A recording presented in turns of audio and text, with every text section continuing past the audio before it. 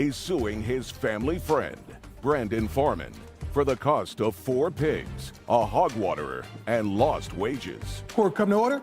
All rise. Have a seat, please. Hello, Judge. Case 2181, Moore versus Foreman. Thank you. You're welcome.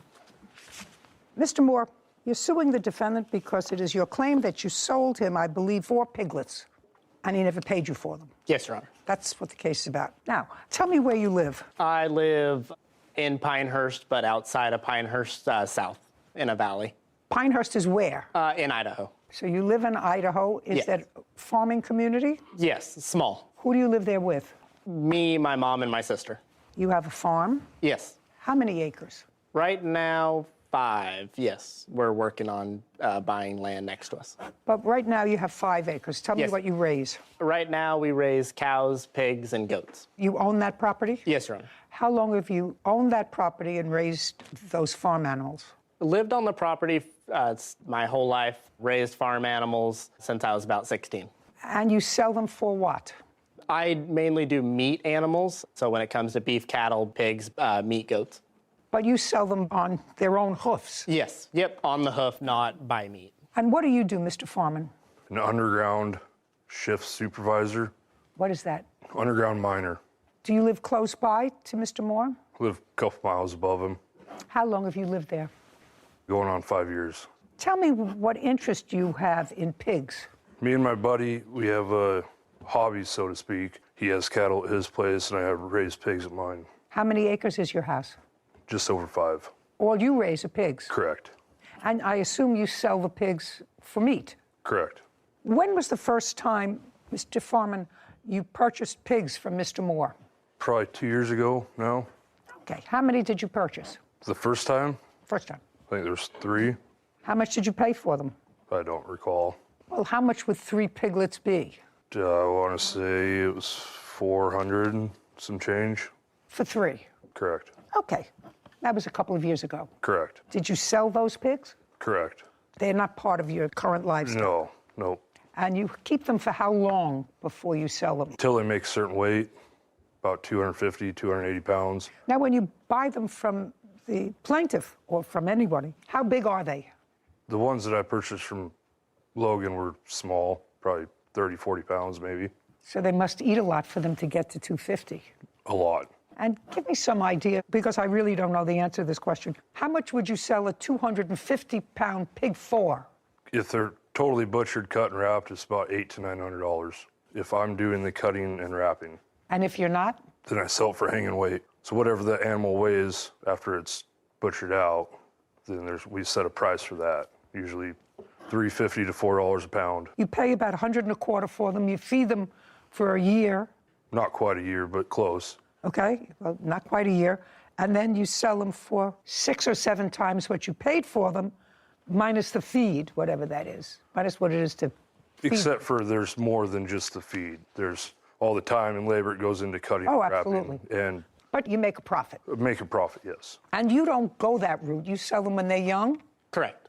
That's your business, to That sell is. them when they're young. Yes. Okay. So the first time Mr. Foreman bought from you, evidently things went well. Tell me about this most recent sale where there is an issue. Yes, so Brandon contacted me that I had 4 pigs available. Did you advertise that you had them available? I did not. I have a family member that works at a gas station that he goes to. She mentioned to him that I have pigs for Is sale. that how you found out? That is correct. Okay, go. That I had pigs for sale. And then he got my number from her. He contacted me, said that he is interested in my pigs. We set up a time for him to come meet and look at the pigs. What date? It was July 28th, 2022. Okay. And then he came and looked at the pigs then, and he liked them. How old were they? They were 2.5 months, which would be right around 40 to 45 pounds. And you had 4 of them. 4, correct. Is that how many there were in the litter or however? No, those were just the ones I had left. There were 9 in that litter. So you had already sold 5? Yes. And 4 left? Yes. Is that the time you usually buy them, Mr. Foreman, when they're 2.5 months old? No, How old are they when you usually buy them? it depends. Depends on what? Price, money, Okay. where they're at. Well, so give me a range? What? So these ones were relatively close. I didn't have to travel far. At the time, they seemed like a pretty decent price deal. And what did he sell them to you for? You want to take the pigs. You didn't have any money at the moment. And what was the deal that you came up with? That I would pay him for them when I was able to. Nah, that I don't believe. That I don't believe. is the truth. Then he's foolish, because when are you able to?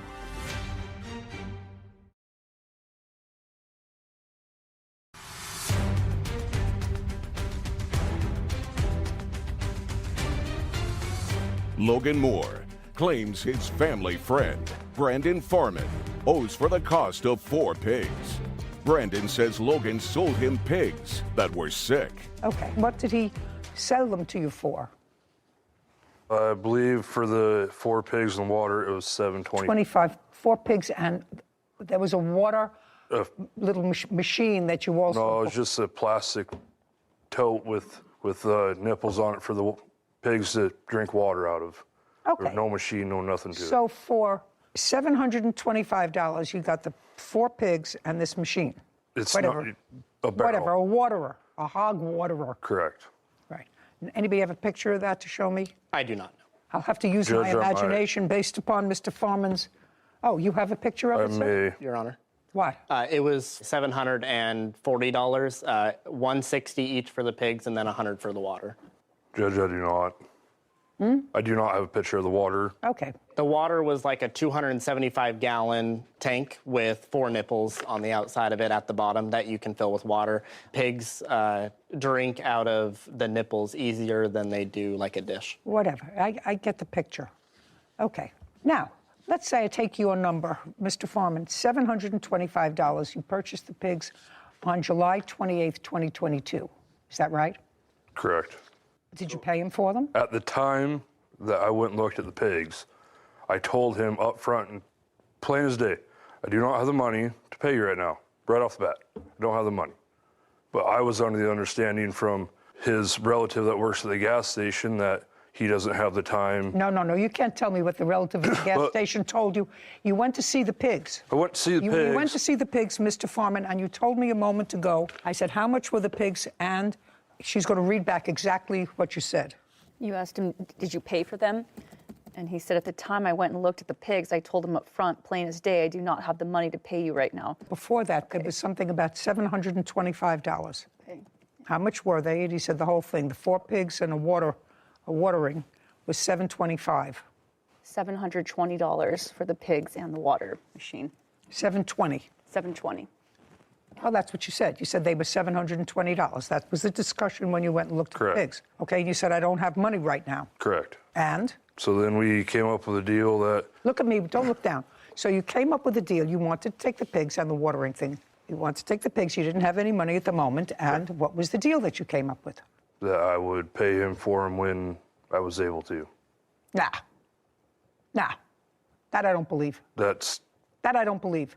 is the truth. Yeah. Then he's foolish, because when are you able to?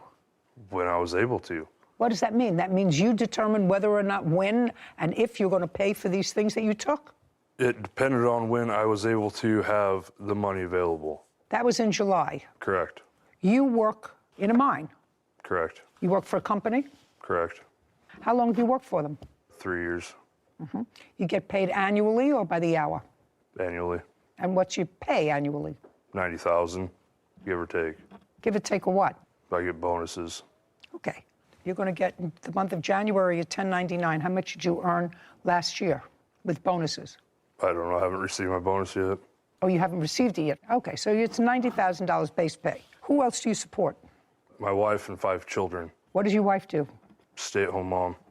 When was the last time you sold any pigs? That's been a while. How long? Month and year?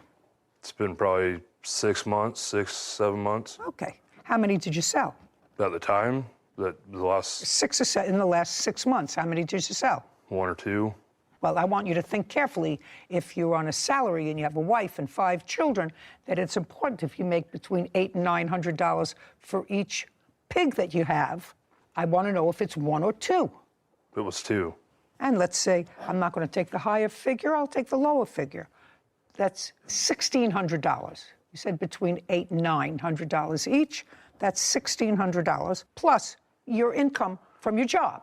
Unfortunately, that $800 to $900 that I get for a pig, that doesn't all go to me. I split that equally with the person that I cut with, the one that raises the cattle that I spoke about. I don't understand, sir. I have I the thought shop. I have the space, the shop, the meat cooler, the room at my house to hang and cut animals. He comes up and he helps. We split it equally, right down the middle. So the that $800 you or split, $900, I don't get that. Just a second. He raises cattle, Correct. and you split his cattle with him, and you have pigs, and he splits the pigs with you. No. I let him use the shop and my meat cooler. The cattle's his deal. But he comes up and helps me cut and wrap the pigs. Oh, then he doesn't get half. That's baloney. That's baloney. If you raise them, you feed them, you paid for them. If he wraps them, you're not giving him half. In any event, it's not. In any event, you have a job. You have a $90,000 plus job. You made a commitment of $720 to the plaintiff to pay for his pigs, and you paid nothing. The pigs died. Just a second. I read that here. Tell me when the pigs died. Tell me the month and day the pigs died, that you communicated with him.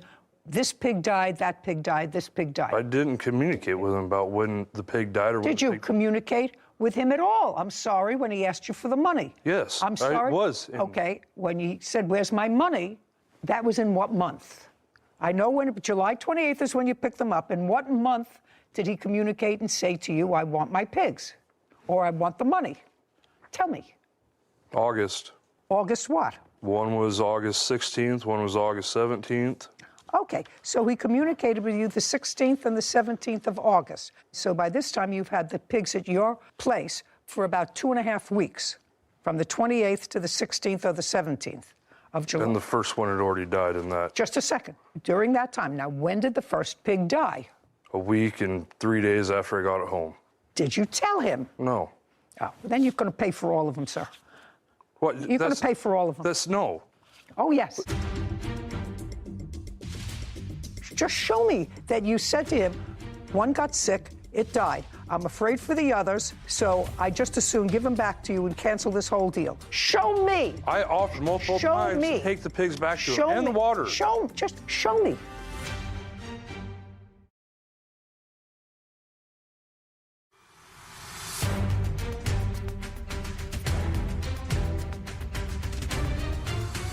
Logan Moore has accused his family friend, Brandon Foreman, of refusing to pay for the pigs he purchased. Brandon claims Logan sold him sick pigs and only one survived. Go ahead. So if you went to the grocery store and you bought a bag of apples and the apples were rotten in the middle, but the outside looked fine, you would still pay for those and just be content with them? I'm going to give you the different example, sir, not apples. I'm going to give you an example with puppies, which I have here all the time. Your pigs were not sold to you with any health guarantee. Let's start there.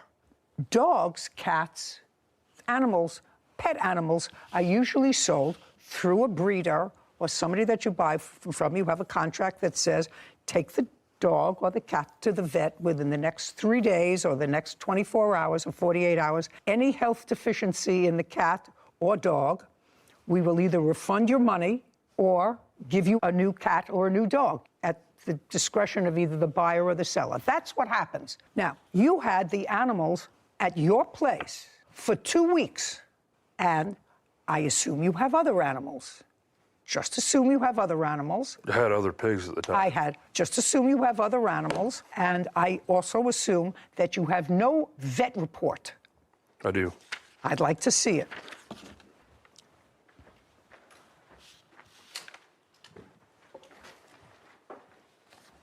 This isn't a vet report. It's the bill. I don't care about a bill. I want a report. I don't have a report. I have the bill. Then, sir, you're going to pay him his $720. You're going to pay him his $720. I don't care what the bill was. How does he know? How do I know what the pig picked up, the one that died, at your place over the course of a week and a half? What you said to me was you took the pigs and said, I'll pay him when I can. Now they're yours. So I had other pigs at the time, full-grown pigs, that were ready to go. So then I brought these other piglets home. And then the one started getting sick, so then I had to separate the pigs. So then I had to spend all this time and money giving them shots, trying to keep them healthy. And then I had to build a whole separate pen to contain them because I don't want to get the full-grown pigs getting whatever disease or whatever they had. Did you ever call the plaintiff when the first pig got sick and said, listen, this pig is sick, and I'm not sure about the other piglets that are here, and that's in the first 2 weeks. I'd like to return them to you. He didn't have any babies at the time because he had sold 5. He had 9 in the whole litter or whatever they call it. Just show me that you said to him, one got sick, it died. I'm afraid for the others, so I just as soon give them back to you and cancel this whole deal. Show me where you did that the first 2 weeks in August. When I first picked up those pigs, just show me. I don't have that. Sir, then Because what I you're didn't. saying is unreasonable. It's not unreasonable. Why do I need to burden him with these sick pigs? But I'm not going to pay for a product that I don't get anything out of. Then you've become the lawyer for the plaintiff, the lawyer for the defendant, and the judge. You said, I bought them. I didn't pay for them. But I shouldn't have to pay for them because now I had to build a whole separate pen. I had to separate them. And this is all without advising him. All without advising him and saying to him, listen, I didn't want to buy sick pigs. It looks as if these are sick pigs. I don't want the extra responsibility. I don't have the money right now. Take them back. Show me. Show me. I offered multiple times to take the pigs back to him and the water. Show me. Show me within the first couple of weeks when one died, so you had to separate all of them. That's the first 2 weeks in August. That's all I want to see. Right here. I'd like to see it, August please. 17th. Okay, great. We won the blue. Shh, I'm reading. This doesn't say anything about sick pigs, sir. August 16th, 17th were the 2 dates you gave me. This was on August 17th. He says, do you have the money to me tomorrow, or I'm getting law enforcement involved? You don't say one of the pigs is sick. One of the pigs died. I'll bring them all back. You say, I'm working on getting you the money. But if this is how it is, then I will bring you back the pigs and all tonight. I have some blank coming up that has taken precedence in my finances. I'm sorry that this has been less than ideal, but this is where I am now. That doesn't say anything about pigs being sick, dying. It says, I have other things to do with my money now. That's what it says, right? But I clearly That's offered what it to says. bring Well, the pigs back. just a second. That's what it says. He didn't have a buyback agreement from you. Now you have the pigs. Whether they died or whether they didn't die or whether they got sick, you've had them. Now we're in January, August, September, October, November, December. We're in January. We're 6 months later. Judgment for the plaintiff in the amount of $720. Thank you very much. This court is adjourned. Did not expect Brandon to mention sick pigs. They just wouldn't put on weight. They started not wanting to eat or drink anymore. Then they just got real skinny, no matter what I did or the vets did. He never told me.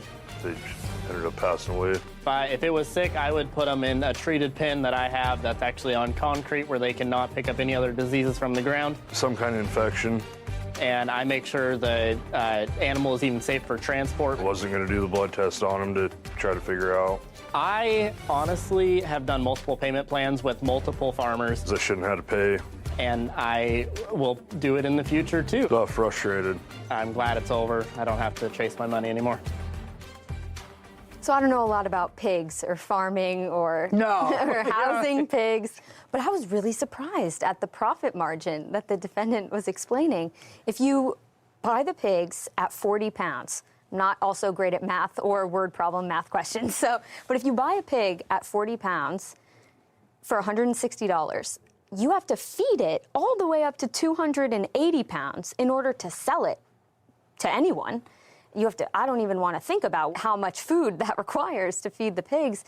But then your profit, even if he wasn't splitting it with whoever helps him cut and butcher the meat, is only $800 as a high figure. That seems like a very low profit margin to have pigs in your house and to have them in your backyard and build a pen with 5 kids. That just seems like a lot for a profit margin that I expected to be much higher. That's really labor-intensive work.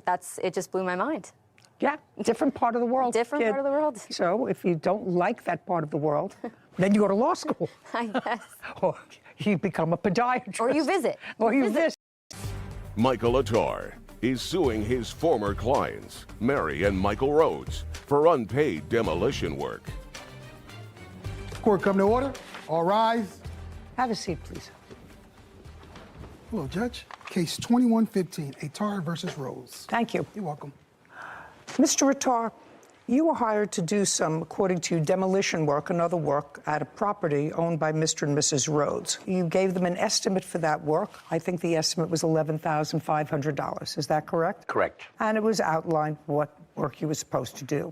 You started that work, and according to you, at some point there was disagreement with either or both of the Rhodeses, and they stopped payment on a check that they gave you. Correct. And the check that they gave you was for $4,200. And then you stopped work for them. Yes, ma'am, we're And finished. so you're suing them for the canceled check and for other unpaid work that you did that you didn't get paid for. Correct. Mr. and Mrs. Rhodes say that they were not satisfied with the quality of your work. It cost them $9,000 to both replace things that were stolen from their property by either you or members of your team, something which I don't think that you question that somebody from your team, not you, somebody from your team may have taken metal property of theirs that they didn't own. So let's go back. Mr. and Mrs. Rhodes, is this a new property to you, or is this a property that you owned for a while? It's a new property to us. That's what I thought. Yeah. So is it a private house? Yes, and we were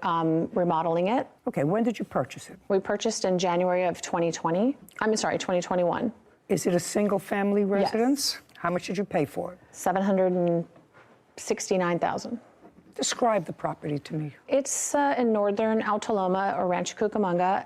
It's an acre property, has 2 levels on it, and a single-family ranch-style home on it right now. And what we asked him to do was demolition the lower half. Do you have a photograph? I do. I'd like to look at a photograph of what you wanted him to do.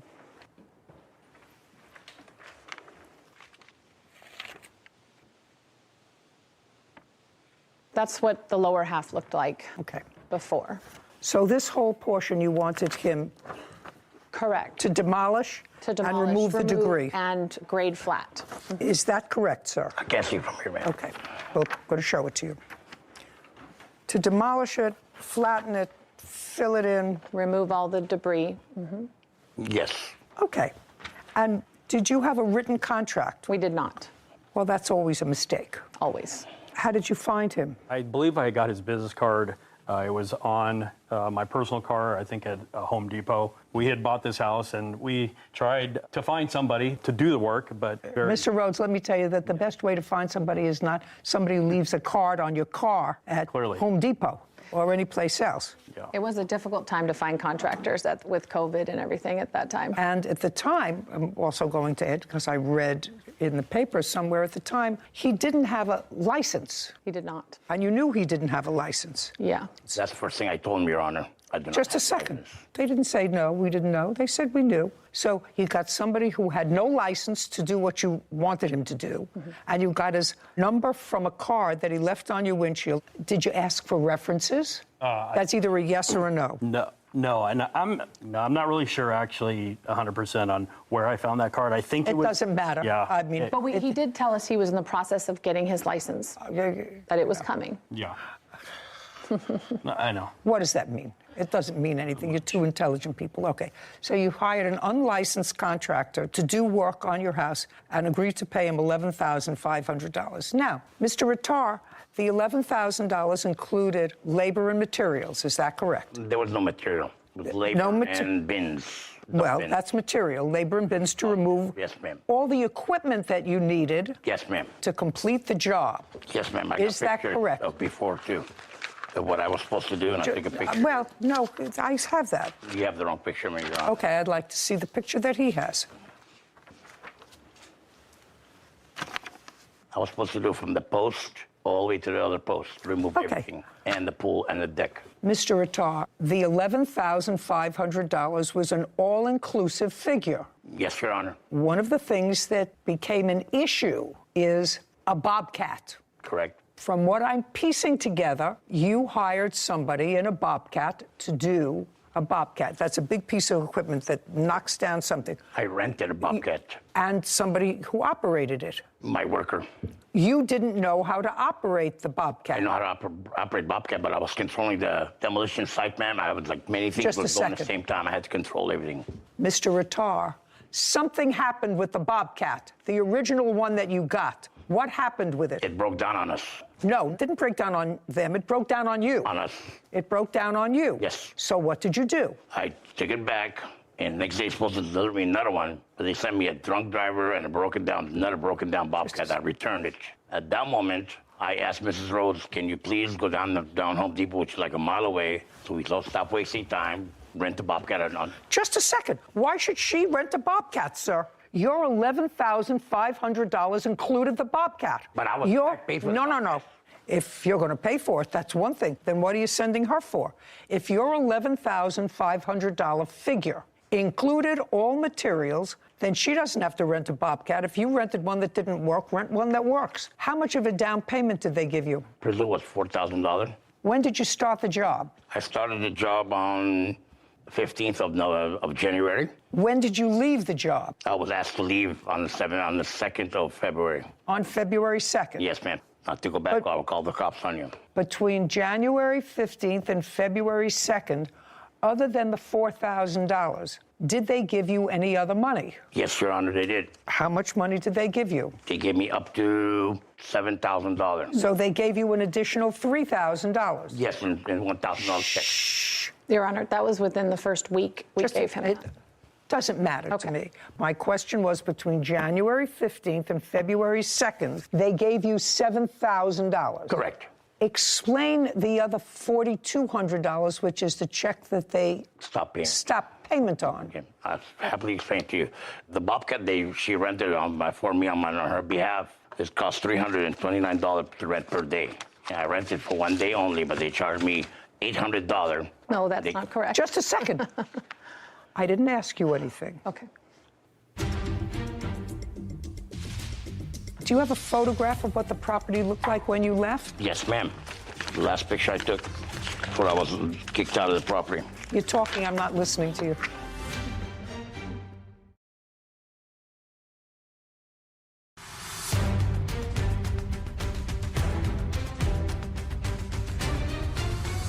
Michael Attar claims his former clients, Mary and Michael Rhodes, owe for unpaid demolition work. Mary and Michael are countersuing for lost wages, equipment rental, and missing property. Now, they paid you $7,000. Correct. They wrote you another check. The final check was supposed to be $5,000, but they only gave me $4,200 because they minus $800 for the Bobcat rental.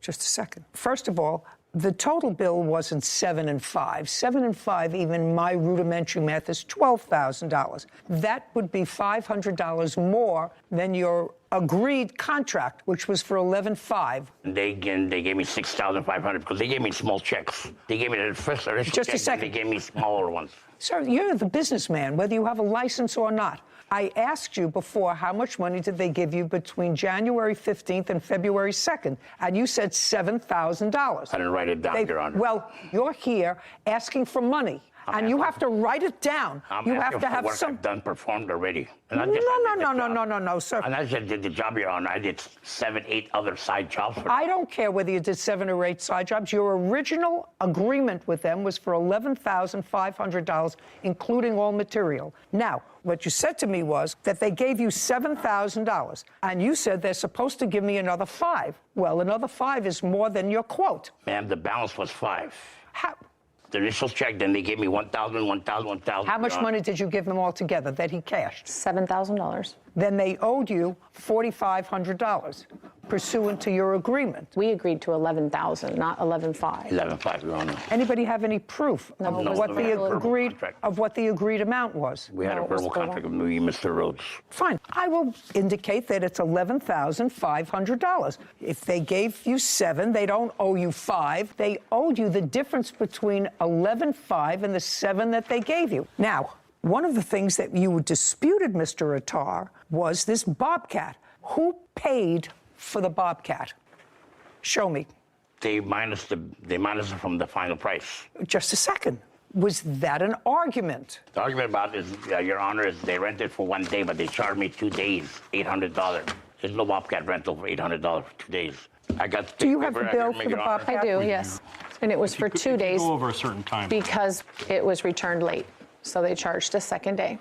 But in his text messages, he did request it for 2 days.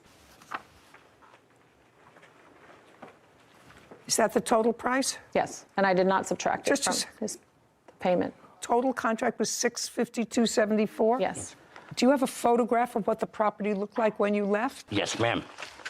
The last picture I took before I was kicked out of the property. You're talking, I'm not listening to you. Just show me a picture. Yes, ma'am.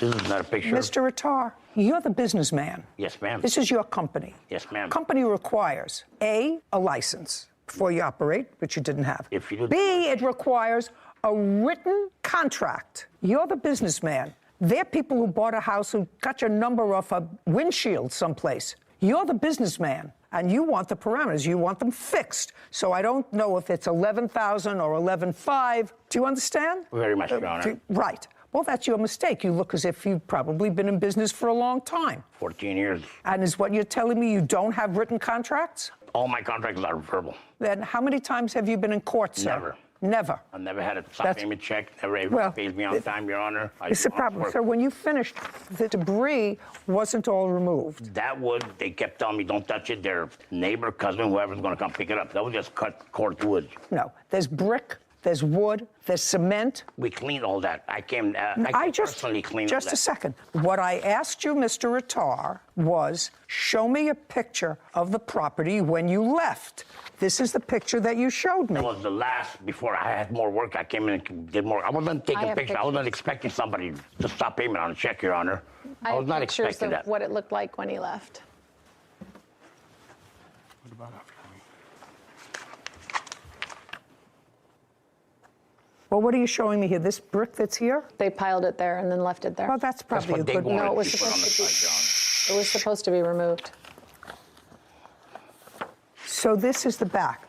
That's the This is- picture of the sagging patio because he removed part of the supports that were holding up the patio that he wasn't supposed to. So it's now sagging. Now, this is the picture that you gave me Yes. when you told me That's this is what you standing- wanted, leveled, cleared, and made flat. Right. Now, I want to see your picture of what this looked like when he left. You have it. It's in some of those photos. Flats leveled. You're talking about this? Yeah. That's part of it. The close-ups, that's part of it. Well, it looks like most of the stuff is done. It looked like a lot of cleanup left. No, ma'am. We've done all the cleanup. Well, I haven't was seen also- that, so then what you're supposed to do is take a They were photograph. taking pictures it was while I also was still- buried underneath. These are the photos of when we did it ourselves and really leveled it out. And as we were doing that, we found so much buried underneath that should have been removed, but his Bobcat person buried it all. Your Honor. Being buried. All the debris, all the concrete brick. Okay, And let me see the bill Honor. from the. no, we did it ourselves. We rented equipment and did it ourselves on his vacation. Oh, nice. Yeah. Okay. $4,500 is so far what's owed on this contract. Now, your counterclaim is money owed for lost work, equipment rentals, labor and missing damages to property. What money owed for lost work? During the second week that he was working, he called and said that his crew had left. This was the second day of use of, fired him. supposed to be use of the Bobcat that I rented. Fired him, Your Okay, Honor. if you day. interrupt me again, I'm just dismissing your case. Do you understand? Thank you, Your Honor. Understand? Yes, ma'am. Very good. So the just second- explain lost work. Who's lost work? His. Oh, forget it. Well, he called and said his crew left. Forget that He it. can't finish the job. You weren't living there. Not yet, no. You weren't living there. Okay. He wants to go, go. I'm not interested in his lost wages for taking care of his house. So far, you owe the man the balance on his contract unless you had somebody else do it, which is absolutely fine. And I would look at that removal of debris, what it costs you, and you're absolutely entitled to that. Deducted from what you owe him, which is $4,500. But he didn't finish the job. Just a second. You tell me, how am I supposed to gauge how much of the job he didn't finish? Did he not complete $2,500 worth, $3,500 worth, $1,500 worth? I think the $7,000 we paid him was overpaid. He didn't have to end up removing an entire pool. He only had to remove... That's your problem. Just a second. I read that. You said it's not a big pool. It wasn't 8 feet. It was only 24 inches. He gave you a price to level everything. Nothing delineated, nothing in a written contract. The pool turns out to be 2 feet instead of 6 feet or 2 feet instead of 8 feet. Well, if he was the contractor and he came out and he looked at the pool, he said, oh, this is an 8-foot pool, and it turned out it's a 12-foot pool, he'd be stuck with 11.5, just like you're stuck with 11.5 because it was shallower. Now, you owe him $4,500 unless you want to produce for me bills that you have for rental equipment, et cetera, and I will absolutely deduct that from the $4,500. Just give me the bills and the amount of equipment. Don't say nothing, Mr. Retard. Mr. Rhodes, did you rent a Bobcat? The one that I cleaned up the yard with? Yes. I rented a piece of equipment. Jump up! Yes. And you know how they pick up metal? No, I don't know that, sir. There's people I'm a that drive down television the street with personality. pickup trucks. I don't know about people driving down the street to pick up metal. I've never had somebody drive down the street and say, I'm looking for metal. They don't even come down my street and ask if I want sharp knives.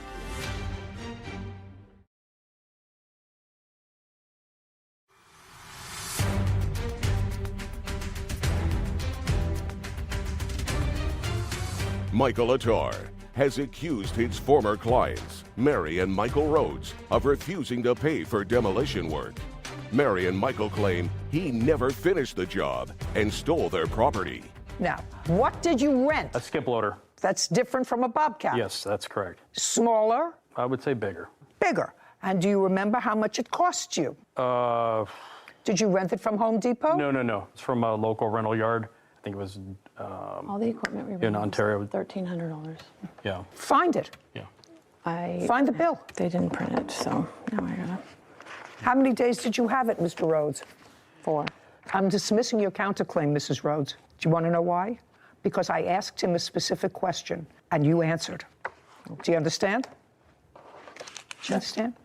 That part of your counterclaim, because you don't have it, you can't find it. So far, you owe him $4,500. Not $8,600, but $4,500. Now, do you have any proof that Mr. Attar or someone from his team stole copper piping or whatever piping that you claim was missing? Do you have any proof that either Mr. Attar or anyone under his authority took property from you? Yes. We have text messages back and forth. Okay, I'll read them.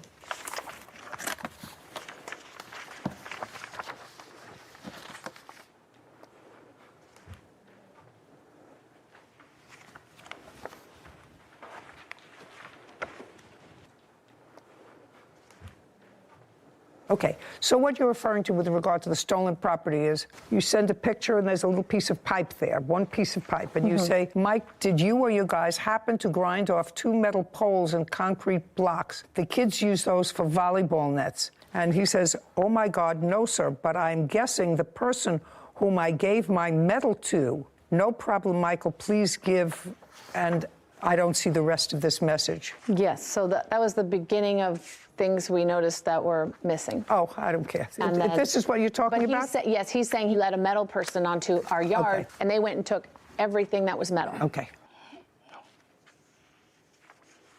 Okay. Now, Mr. Attar.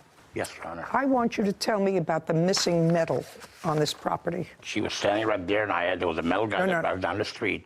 And you know how they pick up metal? No, I don't know that, sir. There's people I'm a that drive down the television street with personality. pickup trucks. I don't know about people driving down the street to pick up metal. I've never had somebody drive down the street and say, I'm looking for metal. They don't even come down my street and ask if I want sharp knives.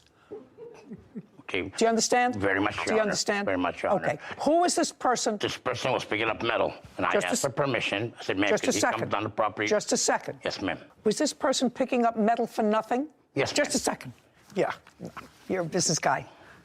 Mr. Attar, somebody drives down the street and says, you know, I see you're doing construction. Is there any metal around here that you want me to dispose of? Yes, ma'am. They do a lot. Yes. And then they look around. This is what you tell them. They look around and they take the metal for nothing. Yes, ma'am. It's to be cheaper for me Set her load it on my trailer and take it to the recycling metal yard. So what metal did they take, sir? I assume Everything you watched. that I gave him.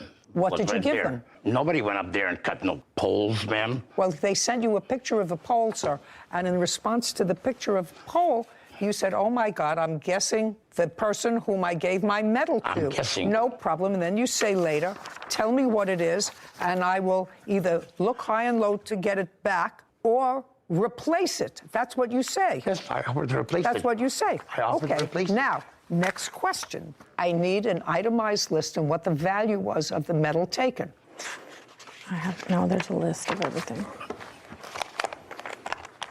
They're listed in there.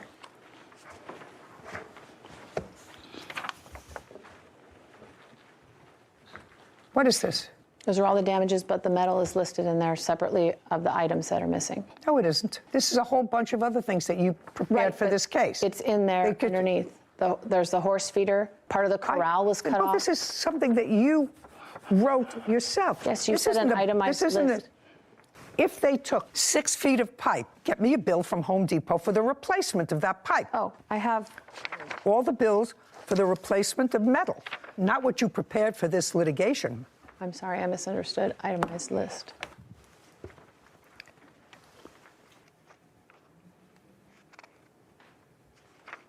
Did you take down a horse corral? No, Your Honor, I did not take no horse corral. I have nothing Horse to corral, do. is that metal or is it? It's made out of galvanized metal, yeah. They cut pieces off of that were sticking up to take to recycle, I guess. Just a second. Was there a 4-sided horse corral? Yes. That looked like this? Yes. That they took down? They cut pieces that were sticking up above the horse corral, attached to the horse corral. You're being petty.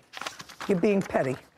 $306, Ram's price, galvanized wall-mounted horse feeder.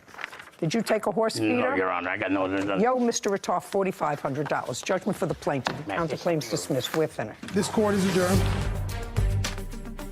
Well, his equipment broke, and he wanted us to rent the equipment for him. Equipment died because things break down. And then the next day, he calls and says he can't finish it. At that moment, I didn't have a credit card to my name. And that's the honest truth. So we pretty much figured that was job abandonment at that point. I'm going to have a written contract in the future. Don't hire Always him. hire a professional. I could not believe that your first question to him when he said that he'd been working as a contractor for 14 years was, and you've been working all 14 of those years unlicensed? Oh, yeah. I was waiting for the Yeah. question. I was waiting at the edge of my Different seat, and it minds. never came. Different minds. Yeah. Should have slipped me a note. I should have. You should have slipped me a note. No, that actually didn't cross my mind, but that's a good question. Yeah. Oral contracts and no license. No license, but there's no question. He did the work. Yeah. No, I He agree. did the work, and they were really dickering over who was going to absorb the cost of the second Bobcat that they had to get, which was really ridiculous. If they had had another contractor who came and completed the job, You would have awarded that. I would have deducted it from the $4,500 that they owed him. But absent that, the fact that he rented some sort of piece of equipment and came and cleaned up Yeah. the property was not important to me, and the rest of their case was nonsense. Next time, they won't employ somebody for $11,000 Big from a job. card from your windshield, At Home Depot. from Anywhere. wherever, and not say, okay, listen, maybe I'll give him a shot. Give me 3 of your last references Yeah. to call. It's a good lesson to people out there, doing work. I don't understand that. Is suing her ex-boyfriend, James Stewart, for travel costs and a loan. Court come to order. All rise. Have a seat, please. Hello, Judge. Case 2102, Peterson versus Stewart. Thank you. You're welcome. Ms. Peterson, you and Mr. Stewart met online. Yes. You met Mr. Stewart, and according to your complaint, a romance developed, and there are 2 things that you believe, now that the romance is over, that he owes you. One of them is a loan that you made to him for $1,000. Now, Mr. Stewart does not deny that you gave him $1,000, correct? No, ma'am. Your defense is that it was a gift Correct. and not made as a loan. Okay. On what date did you and Miss Peterson start to date? We never dated. We actually wasn't through no dating site. Just somehow, coincidence, we came through. Did you see her? I met her once in person. When? when she paid for a hotel for my birthday, Give me the date January 30th. of this year. Yes, ma'am. So you met for the first time in January of 2022. Tell me about the $1,000. If you're playing with your papers, you're not going to hear where we're going. Okay. The $1,000 at that time, I was been struggling with heart disease, which I just got out the hospital for having a heart surgery last Friday. So financially, my dealership was a little bit under the burden. So I asked her if she would help me. And when did you ask her? Was that in January? No, ma'am. That's a couple months later. All right, so that would be in March. Yeah. And it's the only time that you ever met her was in January. I met her once, other than that, when she gave me the money. Other than that, it was just normally her texting me, how you doing? Do you want to meet up? Okay. So you met personally twice. Correct. And after January, you didn't see each other personally, just by messages. And that's when you asked her for money. And you were going to tell me why in March you asked her for money. I understand that you just recently came out of the hospital, and while I'm happy to see you looking well and healthy, it's really irrelevant to this case. Yes, ma'am. Okay, so why did you ask her for $1,000? Because she offered to help me. No. Nobody offers to help you unless they know that you need help. Well, it's in writing. No. Nobody offers to help you unless you let them know that you need help. I was kind of life coaching her. We both was going back and forth. We had an open line of communication, so I kind of got comfortable to ask. So I see what you're saying. Got comfortable to ask? She already gave me money before that $1,000. That's why I was comfortable. Just a second. I'm talking about the loan. Mm-hmm. I want you to tell me, since you acknowledge that she gave you the money, tell me why you needed it. Well, I needed it because I paid for the trip, which was $2,180, which she gave me $2,000 plus $160 more for luggage. Came to just shy of $2,400. I don't understand what you're talking about. Well, she's already came to me and gave me money for us to take this little trip together. What does that have to do with this $1,000? That's not what I'm talking about. Because she was supposed to come and reimburse some of the money because I paid already into the trip. So I was asking her for money. Am I crazy? Did he start to talk about his business needing money? He has a used car business. Yes. Really, before you come on a program like this, you should really watch so that you would know that one of my favorite sayings is, if you tell the truth, you don't have to have a good memory, especially if you're smart. Mm-hmm. Now, if you're not so smart, and within 3 minutes you tell two different stories, that, Mr. Stewart, is a phrase that you should learn to live by. If you tell the truth, you don't need a good memory. That's not correct, Your Honor. Well, that's only because you wouldn't know the truth, because you have been introduced to the truth. He says, the $1,000 at that time, I was struggling with heart disease, which I just got out of the hospital for having a heart surgery last Friday. So actually, my dealership is a little bit under the burden, so I asked her if she would help me. So you remember saying that? Yes, ma'am. Okay, so that's different from she was paying me back. You just have to acknowledge that's different. Okay, and let me tell you what you swore to in your answer. She offered to help me catch up on my child support. On a phone conversation, yes. I just asked you one simple question, sir. You acknowledged she gave you $1,000. What was it for? So now I have 3 reasons. 1, your car dealership was a little bit of a burden. 2, she was returning your money to you. And 3, you were catching up on your child support. Yes. Those are the 3 things that I have in front of me. Yes, ma'am. Is it door number 1, door number 2, or door number 3? Whichever one you would like, ma'am. So far it's $1,000 for the plaintiff. Now, whether it was for school or whether it was for your children's support, she's not responsible for your children's support. You're responsible for your children's support. Have you ever met his children? No. She doesn't even know your children. No. Do you have a child support order? No. She asked me to marry her, though. Just a sec. I asked you a question, yes, not ma'am. her. Do you have children? The answer is yes. Yes, I have children, yes, ma'am. Yes. This is not a dance. No, I'm just This saying. is not a dance. Yes, ma'am. You lead, I lead, I always lead. Yes, ma'am. Later. You had some trouble with your finances, and you had serious debt. What kind of work do you do? I'm a credit collections agent. Not a good thing when you're a credit collections agent.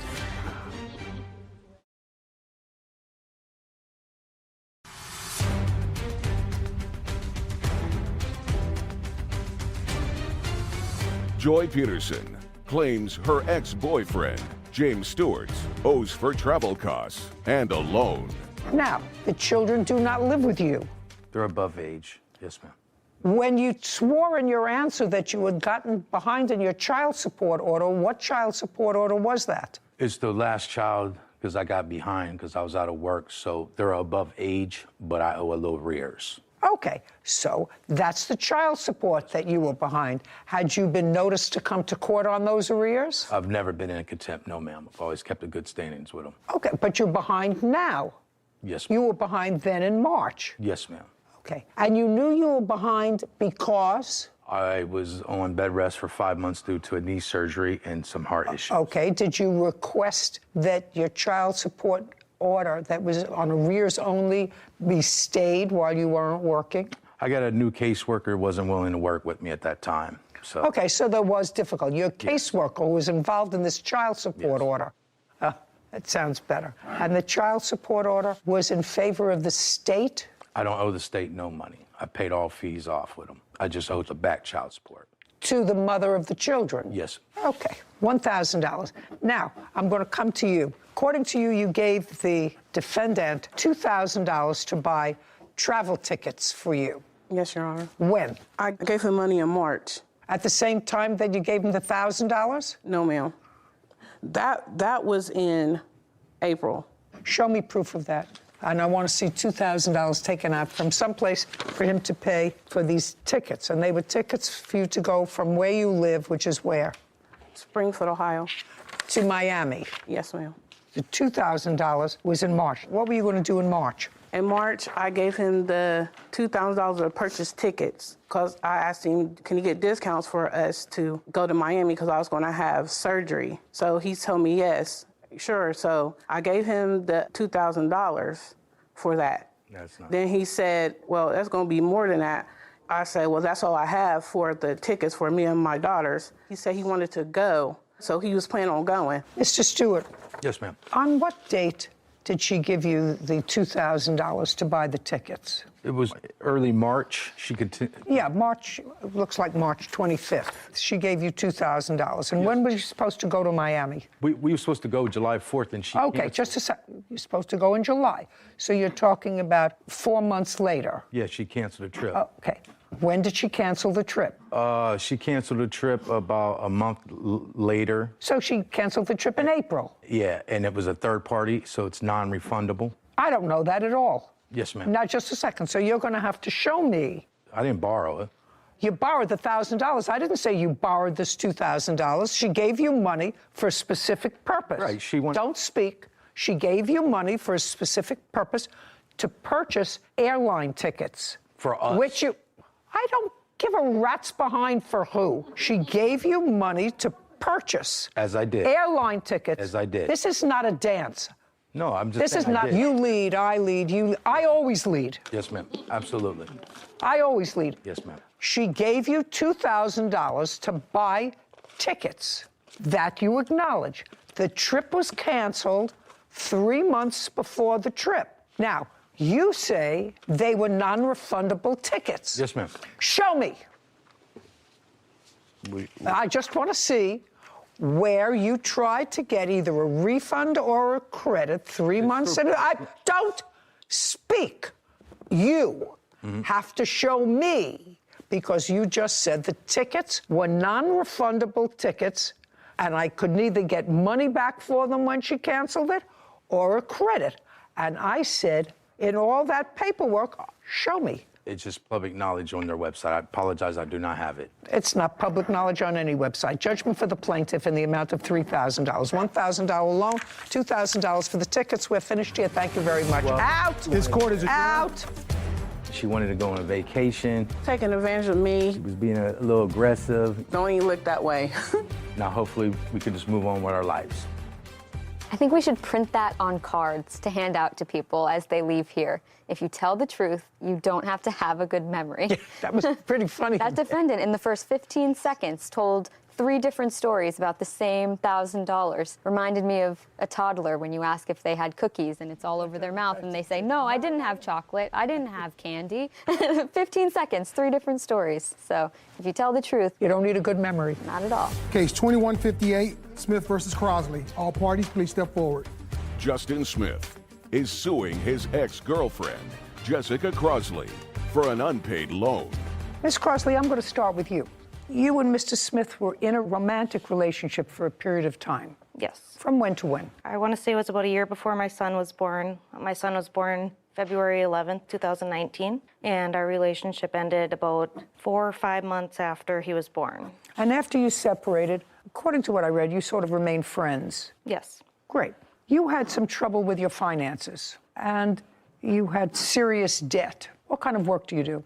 I am a credit collections agent. Not a good thing when you're a credit collections agent. And this was after you had already been separated for a long period of time. And at some point, what I'm piecing together is you discussed your financial circumstances with Mr. Smith. Yes. And one of your options was to seek protection in bankruptcy. Correct. And Mr. Smith thought that that was a bad idea. Yes. So he suggested that you take out a loan, consolidate all this debt, which was on, I assume, on credit cards with very high interest. And since he had credit, he would take out the loan and you would pay that loan off, which was manageable every month. Is that generally what this is about? Yeah. Yes. His behavior had started getting irrational, scary, started calling me a lot, asking my whereabouts, texting me, driving by my house on several occasions I saw. I'm still not understanding why you stopped paying on the loan.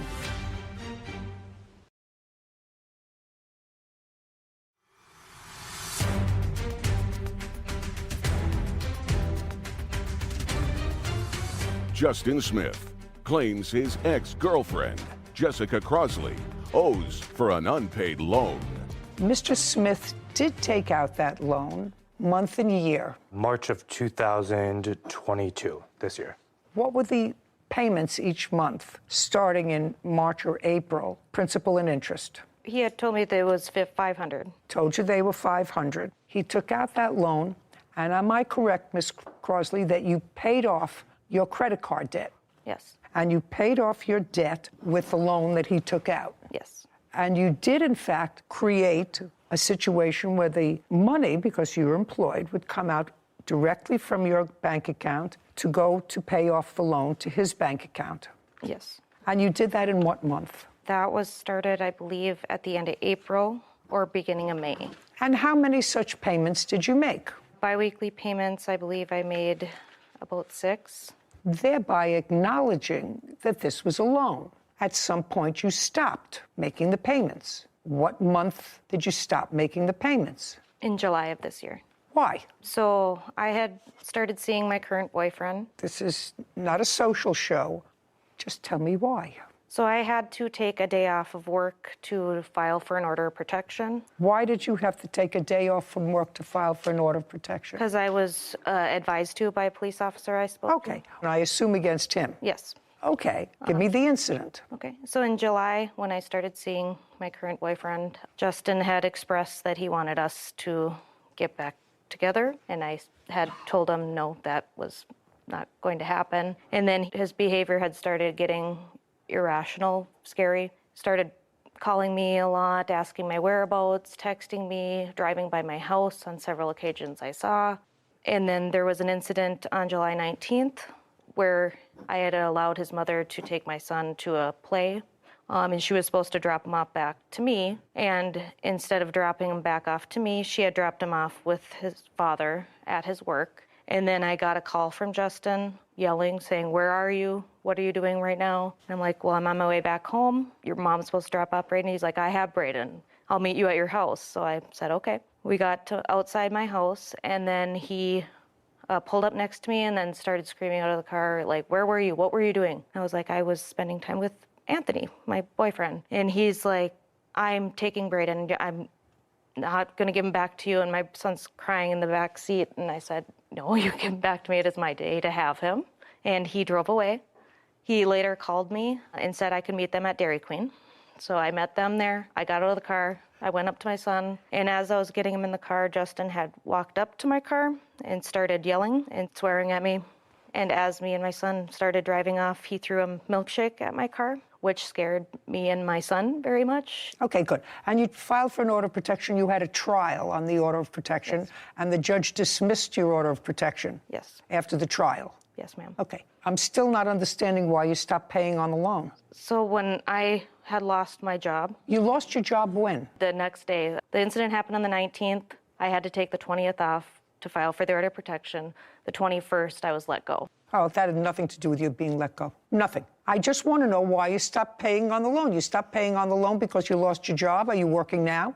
Yes, I just started working. Well, did you start paying him back? No. So Why? also in July, when all these incidents happened, Justin had stopped paying for daycare, which was our agreed upon child support payment. We don't have a court order for child support, but he had been paying all of daycare. I cover all of his other finances. So that was an agreement that you had, that he would pay for daycare? Yes.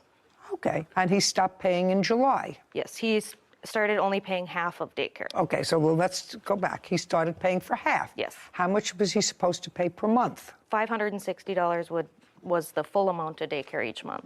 Okay, and he had been paying that. In July, he cut it down to? To $270, I believe. 80. 80. Okay, so he wasn't completely not paying. He was paying part of it. Correct. Tell me why you cut the payments in half, because you have a counterclaim for that. Yeah. So in July, we started a custody case for full custody of our son. You're talking in July. Who started the custody case? I did, Your Honor. Okay. Did you retain a lawyer? I did. Is that case still ongoing? It is. Well, then I'm not entertaining anything about the daycare because you have that case in family court. The court there will make a determination as far as future child support and whether or not this daycare should have been paid. So you have no reason for not paying the loan. I was planning on filing bankruptcy. Okay, but you didn't. You didn't file for bankruptcy. You did the smart thing. How much is left on the loan?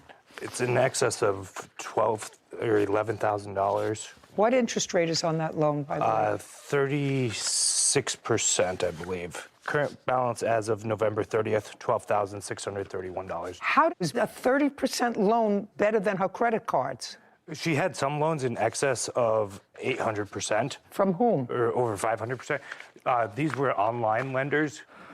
Oh, wow. Okay, you have a counterclaim. Harassment, daycare costs is out. Lost wages because you say you had to take a day off to file a protective order and you were fired? Nonsense. Harassment, let's hear it. And don't go back to anything that you told the judge during the hearing that you had where he dismissed your application for an order of protection. Okay, well, the order of protection. Okay, that was. They're just shh. Well, if that's the testimony, it's already been adjudicated. A judge, using the same measure of proof that I would use, dismissed your case. So I'm not relitigating that case. Judgment for the plaintiff in the amount of $10,000. Thank you. This court is adjourned. I believe he was angry that I started a relationship with somebody. I think the restraining order was part of her defense as to why she didn't want to pay me back anymore. I was ready to file bankruptcy, and he had offered to take it out for me. You know, at the end of the day, the loan is still agreed upon and still needs to be repaid. I think that that's a good lesson, that you can't use the court systems and restraining orders to get out of a loan that you have really no excuse for not paying except for you lost your job. And I just think it's tricky. I think that a lot of defendants come in here and think that they can just say, I didn't have the money and so I don't have to pay it. But that's not the case. What's most interesting to me is these 800% or 500% or 100% interest-bearing loans. I know, it's something. Where did that come from? It's something I've seen recently in the past couple of years. It seems like every online shopping venue now has some form of loan payment or loan offering or sign up for our loan program. And I'd never seen that before. And if you don't read the fine print, you could get stuck in just. Kaloyan Popyanchev is suing fellow motorist Spencer Gilbert for car damage. Court come to order. All rise. Have a seat, please. Hello, Judge. Case number 2084, Popyanchev versus Gilbert. Thank you. You're welcome. Mr. Popyanchev, you were driving in your car, 2008 BMW. That's correct. And that was on the 14th of November of That is correct. last year. Tell me what time of the day this accident happened. It was approximately 3:15 p.m. So daylight hours. Yes. And tell me where you were going. I was going eastbound on Sunset Boulevard in Beverly Hills. I was driving Eastbound on Sunset Boulevard in Beverly Hills. I was driving in the right, so-called slow lane when I tried to make a right turn. where? It's a intersection. The name of The street is Palm Drive. Is that intersection controlled by a light or stop sign? No, there is no stop sign or a light. At that intersection? That is correct. I assume somebody has a video or a photograph of that section that would demonstrate that there is no light. You do. Is there a light or a stop sign at that intersection? No, Your Honor, there's not. Did you put on your signal indicating a right turn? Yes, I did. How far from the corner? I can't state distance, but it was approximately 5 seconds before I reached the intersection. Was there traffic that day? Yes. A lot? Very light. It was Sunday. So far, Mr. Gilbert, is that correct, that there was light traffic on that day? Yes, Your Honor. And you were traveling on a motor something called a Vespa, which is a small scooter, yes, Your Honor. but motorized. Yes, ma'am. And I don't know about these things, does a Vespa have to be registered and have a license plate on it? I do have It's a yours. license plate on the Reddit. Okay, so your Vespa is registered as a motor vehicle, and you have a license plate. Yes, Your Honor. Now tell me what happened, sir. As I proceeded to make a right turn onto Palm Drive, I just heard an airflow. It was a big bang. It was an impact. On your passenger side? Yes, on my right passenger side. And I realized that there was a small motorcycle or a moped that hit my vehicle. Hit your side. And you were the person riding that Vespa? Yes, Your Honor.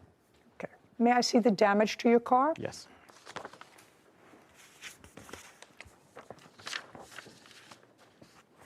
Sarah Rose, get me the price of the 2008 BMW 7 Series. Will do. Thanks.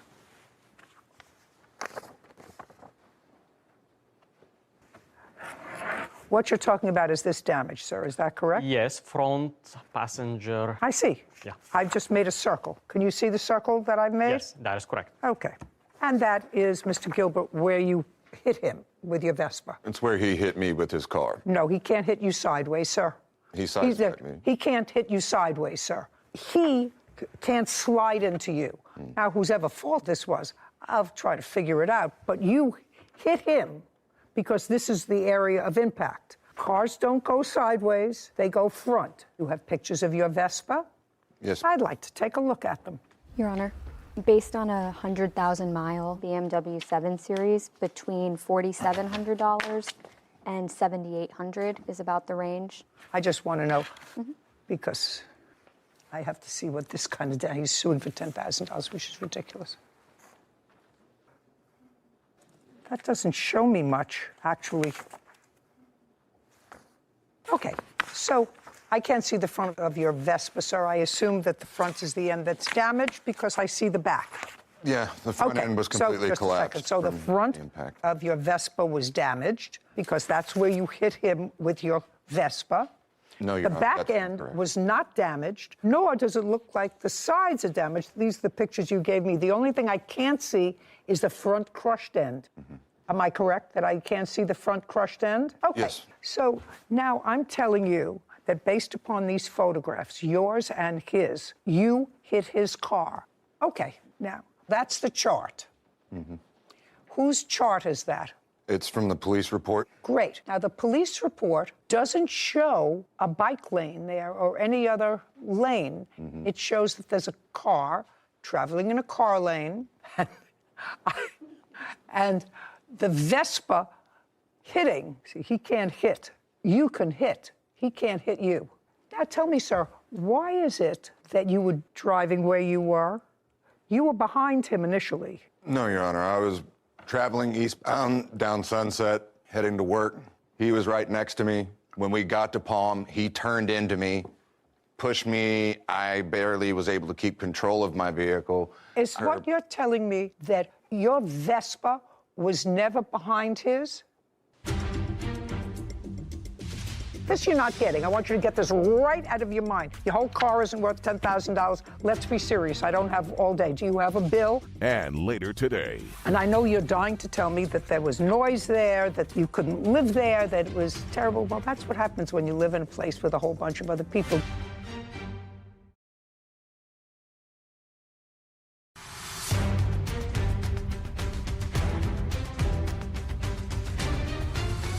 Kaloyan Popyanchev, claims fellow motorist Spencer Gilbert owes for car damage after hitting him with his Vespa. Is what you're telling me that your Vespa was never behind his? No, I was never behind his vehicle. Do we have any other video? I do have a dash camera video of the. May I see it, please?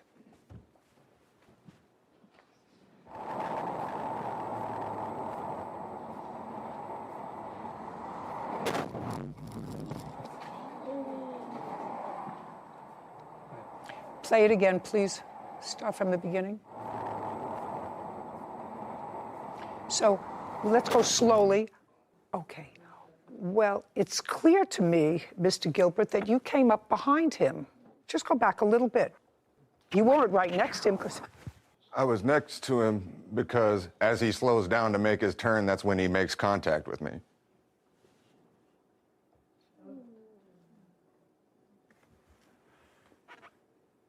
I was right next to him the entire time. Impossible. May I see the police report, please?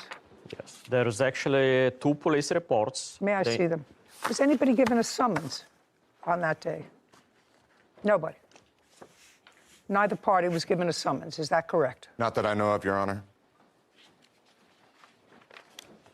Okay, so this is the narrative after witnesses were questioned, and the opinion based upon the witnesses' testimony and yours, and the fact that the police officer actually heard in the video the clicking of the turn signal indicating a right turn approximately 5 seconds before the right turn was executed according to the police officer as a result of viewing the cam that he had, the video, that he was making a slow right turn. He had turned on his signal approximately 5 seconds before, and you were coming up on him on your right. And it says, based upon the video footage, I determined that the first car, and that would be his, should not have been placed at fault for this collision because he activated his turn signal and made a safe turn to go southbound on Park Drive. The fault of the collision is on the part of Mr. Gilbert for violating 21755 CVC, which states in part that the driver of a vehicle may overtake and pass another vehicle on the right only under conditions permitting that movement safely. I'm reading you the police report. Do you have another police report? Yes, I do, Your Honor. Prior to this or after this one? This is the only police report that I know of. Oh. I wasn't aware there was 2. Well, this was a supplementary police report. What is the date of yours? All I have is what my lawyers gave me. Oh, well, I'm going to show you this one, sir. Yes, ma'am. And this one was after viewing the cam. Yes, Your Honor, my police report predates his. Predates it.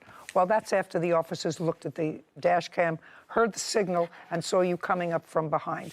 I'll take it back now. I've seen the damage on your car, sir. Yes. Which, while I wouldn't like to have it on my car that's 14 years old, it is on your car. It's not worth $10,000. Your whole car isn't worth $10,000, sir. So if you want to show me a reasonable estimate for fixing that, I'll be more than happy to look at it. Yes, I do. And this estimate was given to me by the only body shop that is authorized by BMW. Well, find another body shop for a 14-year-old car. I'm certainly not going to consider giving you anything near the value of your total car for something that is on the door of one side of the car. Have you had the car fixed, sir? I had the entire door replaced, but it's still... Replaced by whom? By a body shop. Good. Yeah. And if you had the whole door replaced, you must have a bill. This you're not getting. I want you to get this right out of your mind. Your whole car isn't worth $10,000. Let's be serious. I don't have all day. Do you have a bill for the door that you replaced from a body shop, which is what I said a moment ago? No, I do not have it with me. The vehicle is still due paint and dents and scratches repair. Well, they're going to fix the car, and if they can fix the car for $2,000, have it fixed. That's my judgment. Judgment for the plaintiff. We're finished. This court is adjourned. Certainly not happy about it. I am happy. It is something. The problems that this gentleman's caused my life. It happened in about 2 seconds. I was like riding right next to the dude and he just turned into me and I went into the wall and that was pretty much it. I had to call 911 immediately because I wasn't sure if he's dead. Because of what he did, I wasn't able to go to work for 2 weeks. I lost 2 of my jobs. First thing to do is you call 911 and then deal with, the rest of the circumstances. One theme that we see far too often is plaintiffs coming here or to any court asking for a large sum of money, in this case $10,000 for a car that wasn't even worth $6,000. And instead of showing us an estimate of fairy tale land of what was going to fix it, show me a receipt for what you paid to fix the damage. Yeah, he did fix the damage. He fixed the damage already, replaced the whole door. You don't have a receipt for that. You don't have a bill. You don't have a nothing, which leads me to believe that it was a lot less expensive than $10,000. So I thought your judgment was generous, given that he had no proof. I would have said goodbye. Well, he did damage the car. Not that I'm going into history, but as one who has, on occasion, hit a stationary object, even allegedly hit a stationary object, and get a little nick on a bumper on a car. It's expensive to fix a car. So he had a car that looked in perfect condition. It wasn't after it was hit. He's entitled to have it look like what it looked like before. I just felt there was sort of a bait and switch with a $10,000 estimate, but I already got it replaced. Fixed. I think that he said that. I think that he said that unintentionally. I also think he did. It's okay. Won't get one over on us. No. Case 2090, Oquendo versus Villarreal. All parties, please step forward. Amber Oquendo is suing her former tenant, Nancy Villarreal, for unpaid rent. Miss Oquendo, you own a home. Yes. How large is the home? It's 4-bedroom, 2-bath, and approximately 1,700 square feet. When did you purchase the home? 2018. Can I ask you what the cost was? $225,000. And you live there in the house, just you, with whom? I don't live in that house. That's my rental. You bought it as a rental? Somebody was playing their music loud. It was a problem for you. Yes. You asked them to be quiet. Yes, you Your told her it was a problem. Yes. And then there was some sort of a kerfuffle. I don't know what happened. You want to tell me?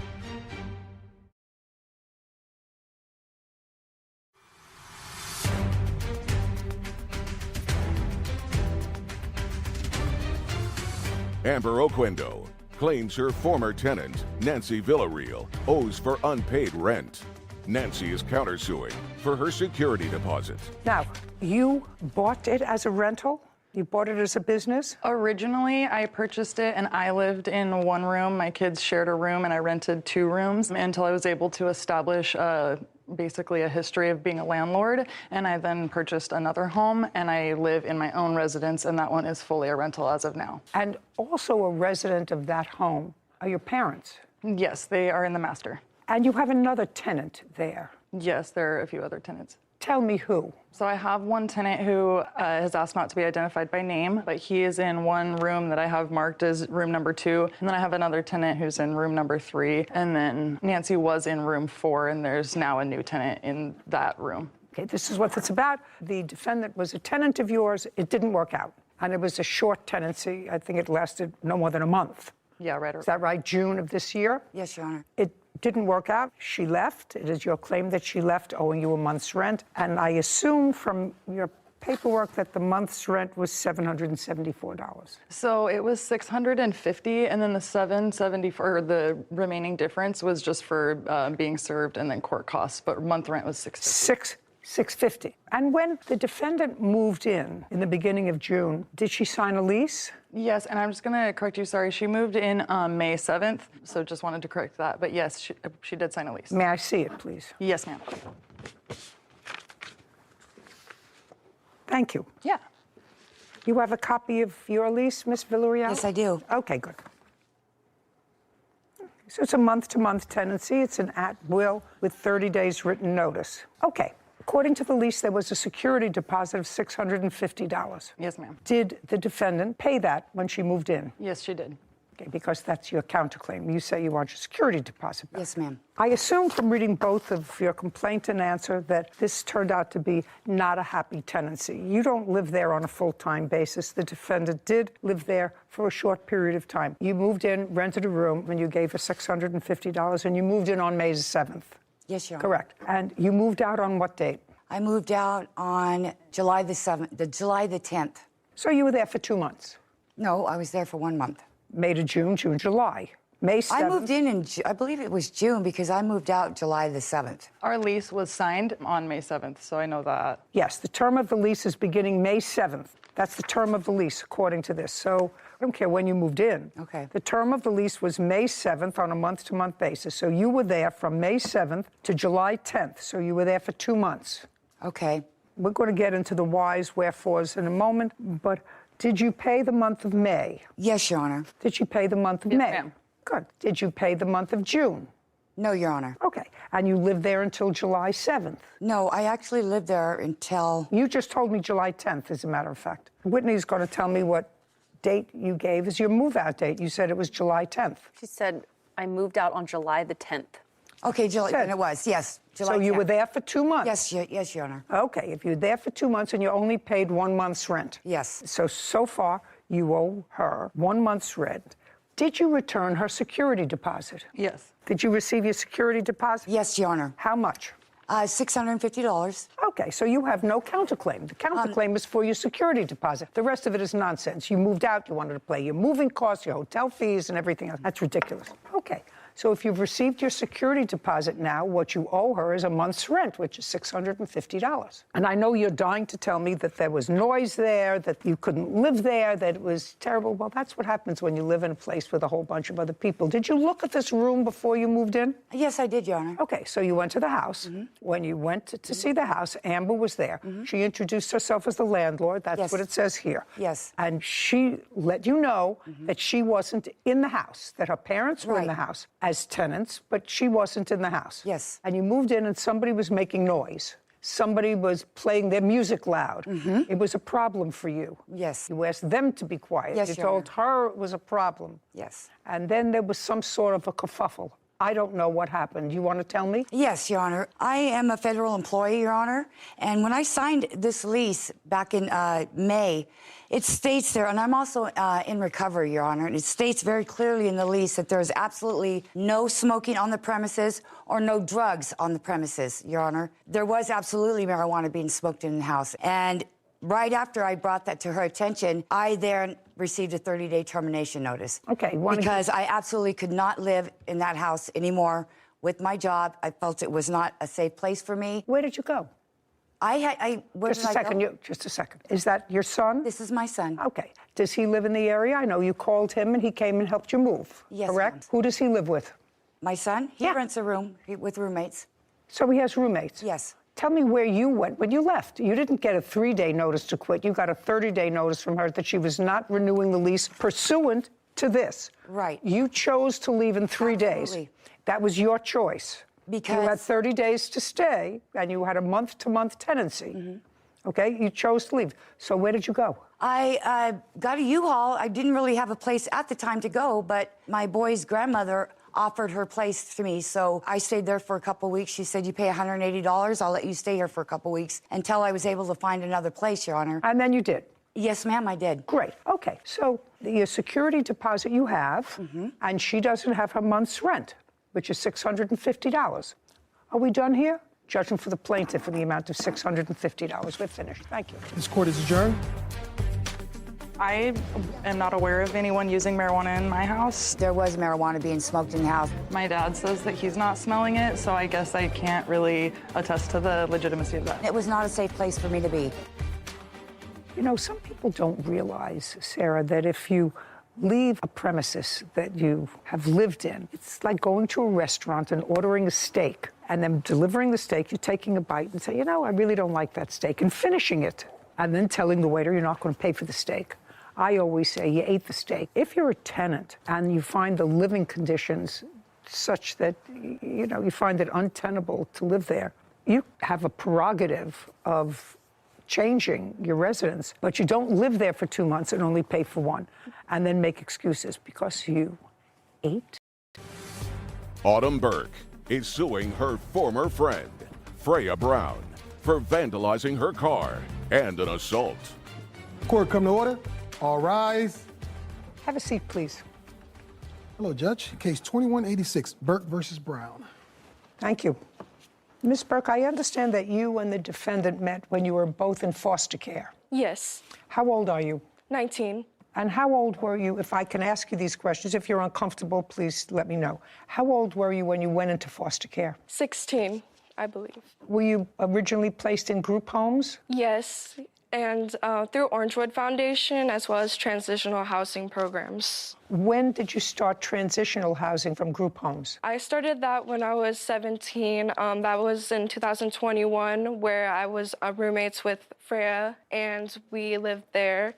Okay, and could you describe the facility where you were living? We were living in Tustin, an apartment complex where they rent out the rooms and they have foster kids go in there and then they pay, well, they don't pay rent, but it's a transitional program to move up to the extended foster care transitional housing program for after you're 18. So it's better to be placed into this one, so it helps foundation towards the next one. Towards total independence? Yes. And how long did you stay in that facility? Until when? Like a few months after I turned 18, I got into the Costa Mesa transitional housing. Okay, from Costa Mesa, do you go into any other facility through the foster care system, or are you then supposed to get a job and get on your own 2 feet? So this program, the independent living program, it's really hard for foster kids to get into. You have to be set up with all the requirements, and so... What kind of requirements? Are there academic requirements? Yeah, academic requirements, working, going to school, meeting with the manager that comes in every week. Yes. Were you going to school? Yes. What school were you going to? Golden West College. Are you still going to school? Yes, I currently am taking a break from this semester, but I'm still going to continue it. Are you working? Yes. And you're living on your own? I'm renting a room out in Irvine with 2 different roommates. And Ms. Brown, what about you? How long have you been in the foster care system, and how old are you now? I've been in the foster care system since I was 13 years old. I am currently 19. Tell me where you're living. Right now, I live in a rented room in a house also in Irvine. Tell me what you're doing. Right now, I work in sales. I'm a sales associate. Is it a full-time job? It's part-time. I'm also in school. I go to Fullerton College, and I'm a biology major. Interesting. Are you good in science? I really liked science in high school, so yeah. Well, you seem like 2 absolutely delightful ladies. I don't know why you got into this kerfuffle, but each one of you claim that you were assaulted by the other. You claim that Ms. Brown caused vandalism to your car. Ms. Brown says that you had her falsely arrested after this altercation, which seems to be an unhappy event over a guy. Over a guy? I mean, they're necessary evils, but over a guy. So 2 lovely girls who probably weathered a lot of storms in your life to keep together that most 15, 16-year-olds don't have to do. How could 2 nice girls get into a kerfuffle over a guy? I have no idea. Go. Okay, so on September 2nd, near 10 p.m., I was cooking us dinner, and Freya's sitting at the counter, and then while I'm cooking dinner, I get a call from my ex, and he's just... From your ex-boyfriend, not ex-husband. Oh, yes. From your ex-boyfriend? Yes. Okay. And his name is, what's his first name? I would prefer... Let's call him Cat. Cat, yeah. So you get a call from Cat. Do you know Cat? Personally, no, I do not know him. Have you ever met him? No, I have not. Okay. So now you get a call from Cat. And how long has he been your ex-boyfriend? Well, we just had a situationship, like it was just off and on, but he just called me and I just had him on the phone as speaker, and... So you had him on speakerphone, you're cooking her dinner, she's sitting at the counter. Yeah, and he starts making flirtatious comments, like saying if I had any cute friends near around, and I know it doesn't sound right, but... It doesn't sound good, Miss Burke. Yeah, but that's just like, I know him, and that's like a different story, but regardless, then So Freya... what was he... I want to know what he was saying. Well, you have to tell me, because she probably remembers what he was saying. I do. So if you don't remember, I'll ask her. What did he say? He asked in general if I had any cute friends near me or any around. Just saying if there was any cute friends near me. So that he... That's not what happened. Okay, so your ex-boyfriend calls you and asks you if you have any cute friends around. Yes. And you didn't just hang up on him?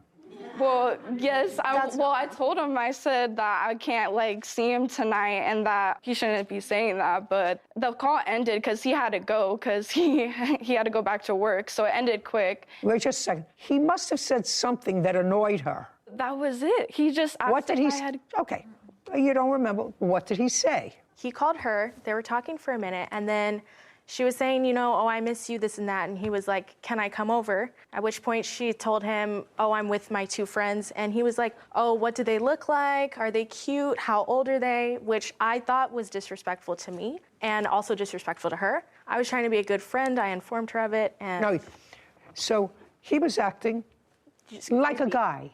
Yeah. You know, yes. Think before you talk. There's no filter here. So he's saying, oh, really? You can't come over? You have 2 friends? Are they cute? Are they nice looking? And just to tell you, Miss Brown, I don't think it was disrespectful. I just think it's a stupid remark. No, Do you understand? I understand, It's but just stupid. The tone and then the content, because it was on speaker, like I could hear everything. So when he hung up, what did you say to her? after they hung up, I didn't say anything to her. She said to me, she was like, you don't know him, you know, like we're in love. And you said to her? Basically saying, I don't know him. So I was like, yes, you're completely right. I don't know him, but I don't want to hang out with him, basically is what I told her. Well, was he coming over? No, I was just telling her, like. And what's your version? After he hung up, let me hear your version of what she said. Okay, so after I hung up, it was just practically some of what she said, but it was more in an aggressive way and with a lot of attitude. And show me. I get done with the phone and I'm cooking, and then she wants to like humble under her breath and like say like, I don't know, just rude things about the call and like just looking at me weird. And I'm like, what's the problem? And I was Okay, so she's looking at you weird and you say, what's the problem? And she says, I don't know. She was going off and about, and then she started throwing trash on my counter and then threw it at me. Your Honor. Yeah, you did. That is not true. No, I have to tell you something. So far, it makes sense. But then I don't want you to tell me she just went from nothing disrespect to throwing food around the counter. That didn't happen. That did not. Okay, so before she started throwing the trash on my counter, she was saying how that I had attitude, but I was telling her that I did not have attitude. I was trying to de-escalate the situation. She had attitude. So far, we're not attitude. So far, she's mumbling. No, that's what you she said. said. Under her breath. Yeah, and then so she, I don't know, she would, like I said, it was a snap of a finger. Like, I'd never seen her switch like that. And, you know, I was confused. And then after she threw the trash, I told her to grab your stuff and get out of my house. And so I gave her time. She went in my room, grabbed her stuff.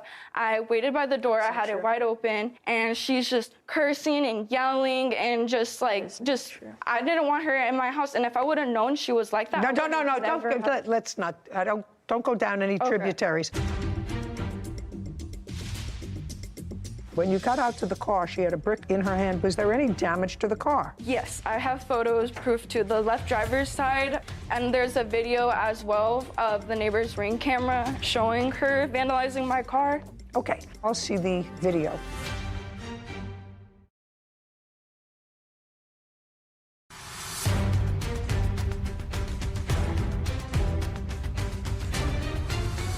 Autumn Burke claims her former friend, Freya Brown, owes for vandalism and an assault.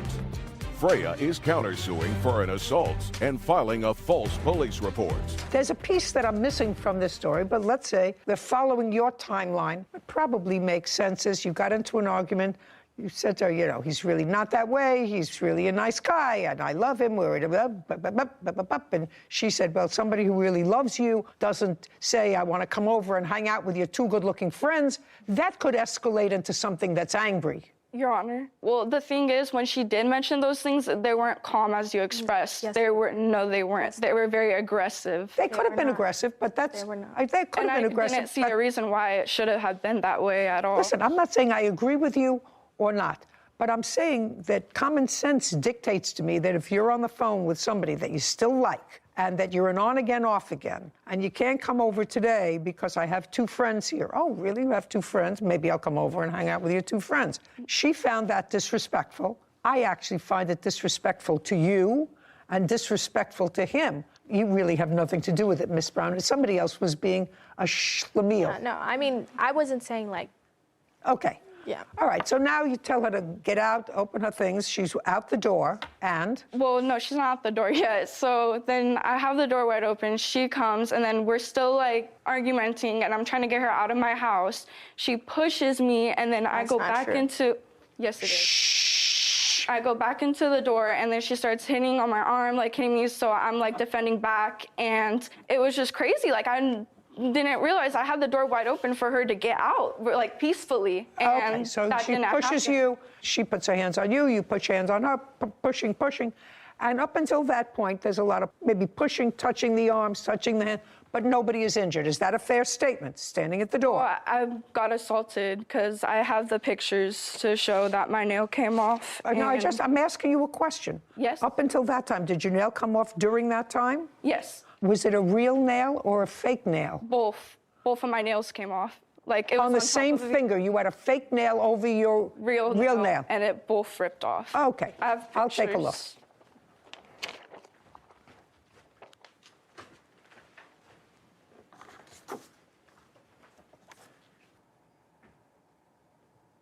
Okay, I see a black and blue mark here that's under here, right? Yes. And this is on your hand. Yes. What was this? From blocking her hitting me. What was she hitting you with? Just her hands. Like she was just like a cat fight. Like she just went crazy, and so I was defending her out, trying to get her out of my house. Okay. Did you respond to her hitting you? Yes. Yes. Do you have any photographs? Yes, I do have I'd like to photos of- take a look.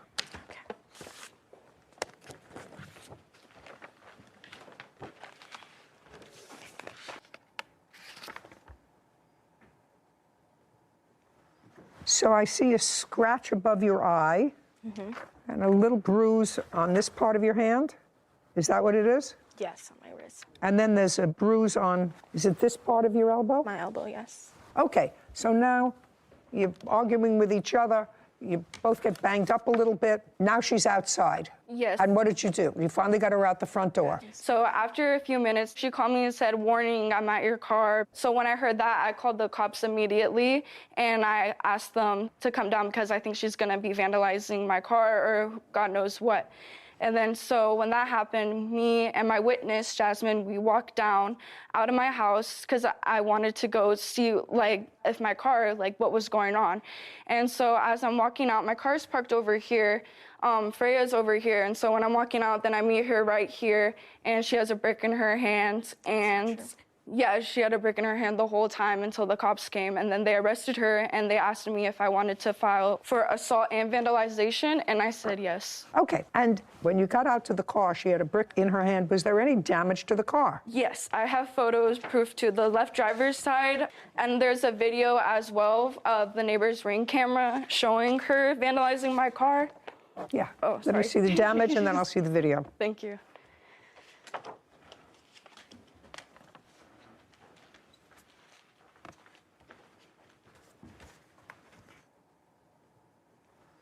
Okay, now I'll see the video. Okay.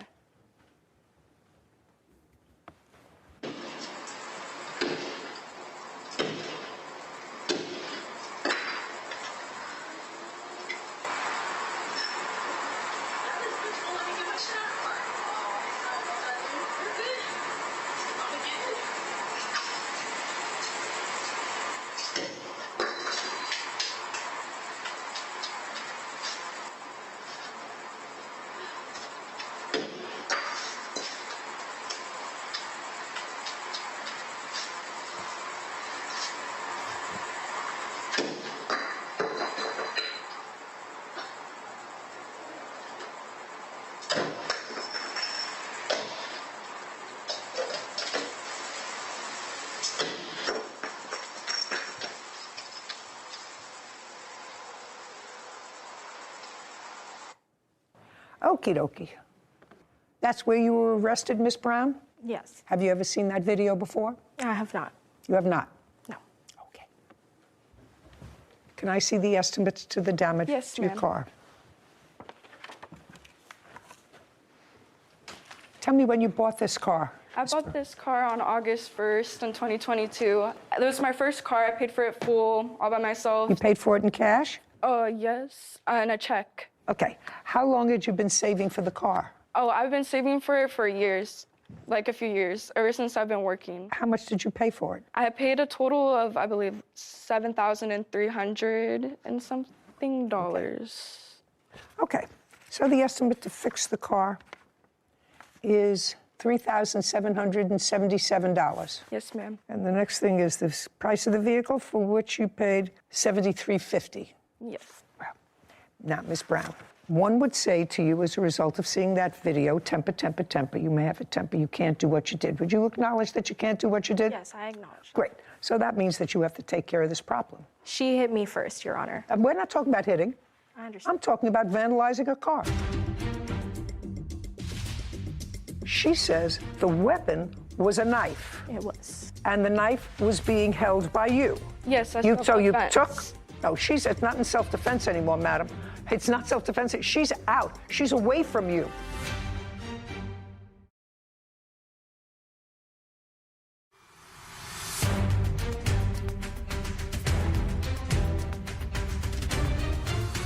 Autumn Burke has accused her former friend, Freya Brown, of vandalism and assault. Freya claims Autumn threatened her with a knife and filed a false police report. Neither one of you were hospitalized as a result of this assault. You got a couple of black and blue marks. Two She girls also had a threatened fight, me with a and knife. that shouldn't have happened. But now the fight is de-escalated, and you went outside and purposely vandalized her car in a very, very aggressive way. And all I'm saying to you is, you understand that that was temper, temper, temper. You're not allowed to do that, and you have to pay for it. She also threatened me with a knife. She what? Threatened me with a knife. Just a second. I didn't see that when you were out there by yourself picking up a brick, right? Yes. And that was a long video. I don't see her in that video at all. I just see you picking up the brick, not doing enough damage, picking it up, doing a little more damage, picking it up, going to another side of the car, picking it up, going to the front of the car.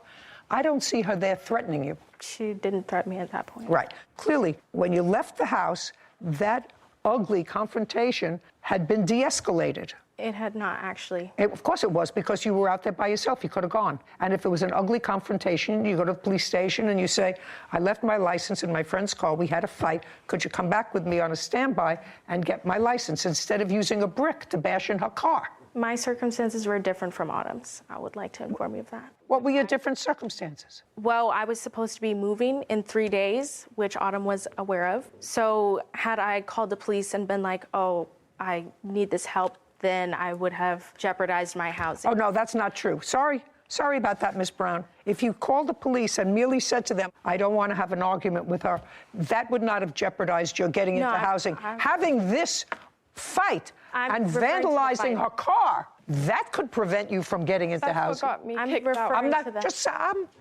just telling you, calling the police is not an issue. Going outside and for a period of probably at least 60 seconds and moving from different parts of her car and hitting it with a brick and bending down and picking up the brick again, that would prevent you from getting into housing. I wasn't referring to the calling the police, I meant the fighting. Oh, I'm not talking about the fighting. $37.75, that's the cost of fixing the car. Now, the only other issue that you have on your counterclaim is for being falsely arrested. Yes. I would arrest you for that. You should be. Listen, if I came out of my house and found somebody bashing my property, I don't care if we had a long-standing feud. Well, I have a long-standing feud with her. We had an argument. We had a fight, whatever. That is not the natural progression of having an altercation with an old friend, going out and vandalizing her car. So your countersuit for being falsely arrested is dismissed. Judgment for the plaintiff in the amount of $3,775. Your Honor, I'm going to be rightfully for losing my housing during that process because of that incident, because of the transitional housing program I was in. I got kicked out of it, and so I had 30 days. So I believe I should be getting for that as well because Where's the head of the Department of Social Services to testify before me that the reason you lost your housing, if in fact you did lose your housing, was because of this vandalism? You have a witness here to tell me that? I have the 30 days notice, if that counts. May? Yes. I'll take a look. Oh, here it is.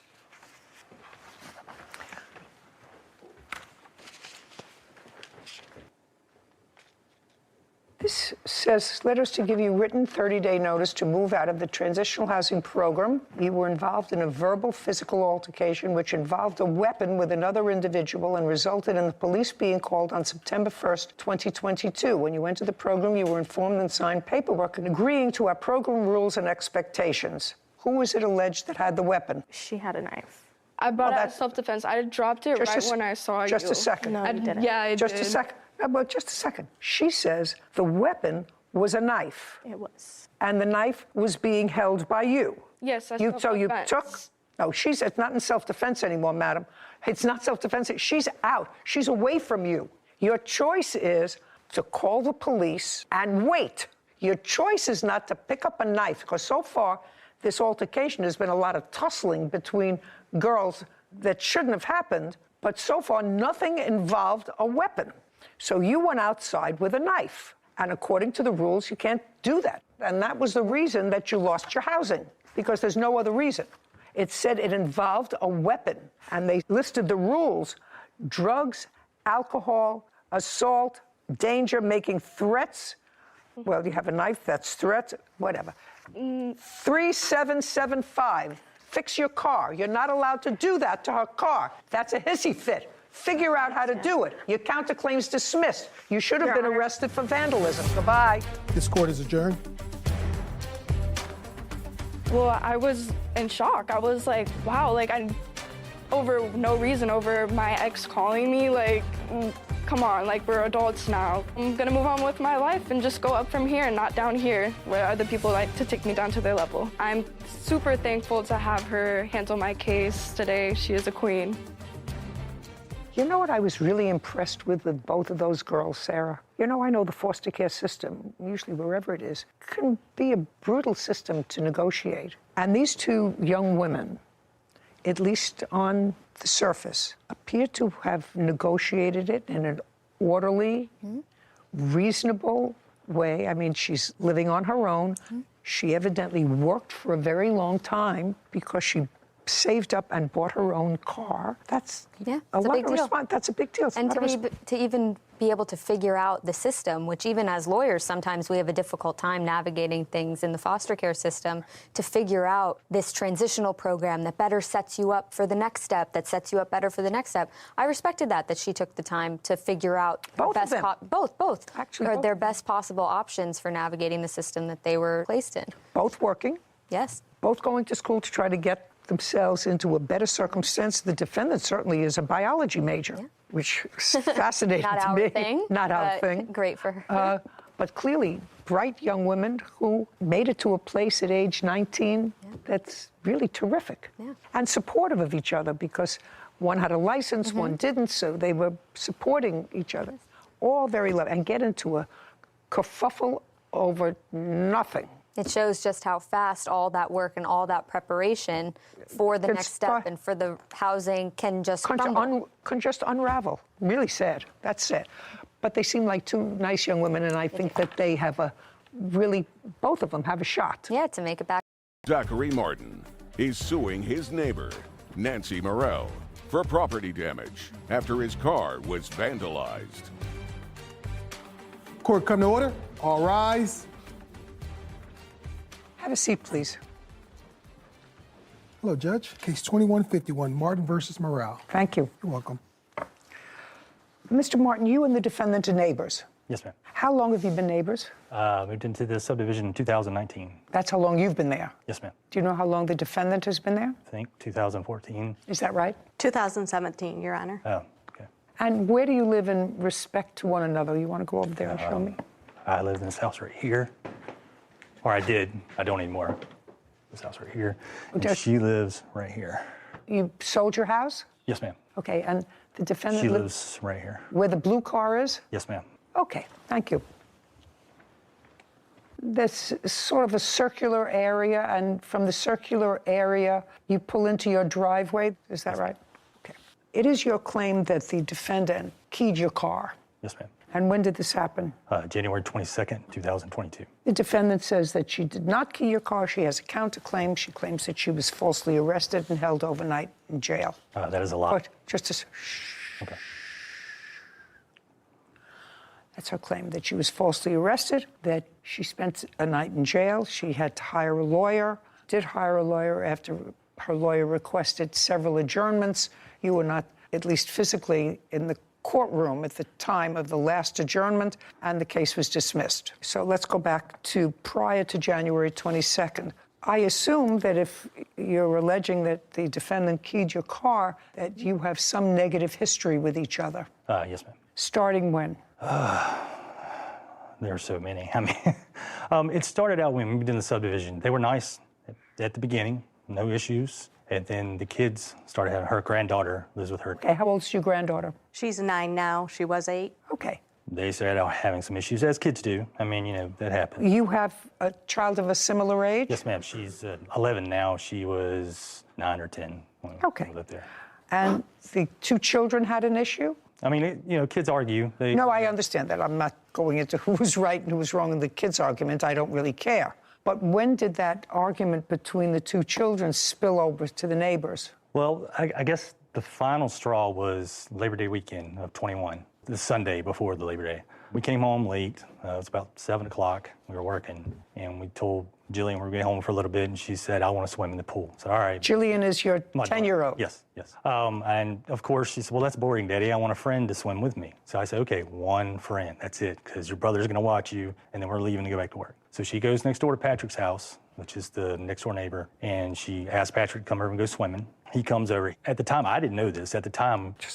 At the time, the defendant's granddaughter was there. Yes. At Patrick's house. Yes. Got it. So your daughter went over and invited Patrick to come and swim. Right. And not... You had told her that she could have one friend in the pool, so Patrick left to come swimming, leaving your granddaughter alone. Well, she had to go home. She had to go home. Yes. She came home. So just a second. Okay. That's what happened. Okay. You had a grandchild who had hurt feelings. I assume she actually went over to go swimming. She thought she was invited too. You had a child with hurt feelings. And I went to ask what had happened. Okay. That's this big hoopla. Okay. Now, your grandchild comes home. I assume she was upset. Was she crying? Yes. Okay. And that was about what time? In the evening. I honestly can't remember. Okay. And when she came home crying, tell me what you did. Went out and, honey, what's wrong? No, what did you do? Are you okay? Yes, and she told you what happened. She said, I went over to Jillian's. She invited us swimming. And when I got there, her dad said only one person could swim. Okay. So she came home. Okay, and what did you do next? That's not what happened. I talked to her, calmed her down, and I went over and said, hey. You know, just a second. You walked from your house, where the blue car is. Yep, around the corner. Did you take your granddaughter with you? No, ma'am. Okay. She's lying. And what? Shh. If you do that again, I'm just going to dismiss your case. Do you understand that? And you know, it's easy. I got it. This isn't my case, it's your case. I know. So you walked alone to his house. Did you knock at the door? Did you go outside? I want you to tell me exactly what you did. I don't remember if I went to the front door, or I went to where the pool is, and I do believe Mr. Martin was out there. Okay, so Mr. Martin was out there, and you said it in that kind of a calm tone? What happened to my granddaughter? Why is she crying? Well, she told you why she was crying when she was home. She told you she was crying because she went over there to swim, and Mr. Martin said you can only have one person swim with you. Which is totally out of character. The children swim together all the time. You mean at Mr. Martin's pool? At Mr. Martin's pool, and if they need another adult... Just a second. I go. So they swim all the time in Mr. Martin's pool, so you wanted to know what happened on this occasion when he said only one person can swim. Yes. And you said it in just the same kind of conversational tone that I'm talking in, is my question. I was very calm at the beginning, yes. Oh, okay. And so you said to him what happened, and what did he say to you? I don't remember exactly. It was to the effect of his son was going to watch them, and he could only have one child in the pool. Right, that he wanted his son to have responsibility of only watching one other child other than his sister. Correct. Right, well, that sounds reasonable. And that's fine. Just a second. So how did it escalate? He said, I only wanted one child in here. My son's going to watch the kids. We have to go back to work. And that should have been it. Why wasn't it? I don't know. So I walked back out and looked at the Pathfinder, and that's what I discovered, the scratch across the back. bright white, so that indicates it's fresh. I told her while she was standing there, you're going to jail. I'm going to call the police. Okay, now I'd like to see the video.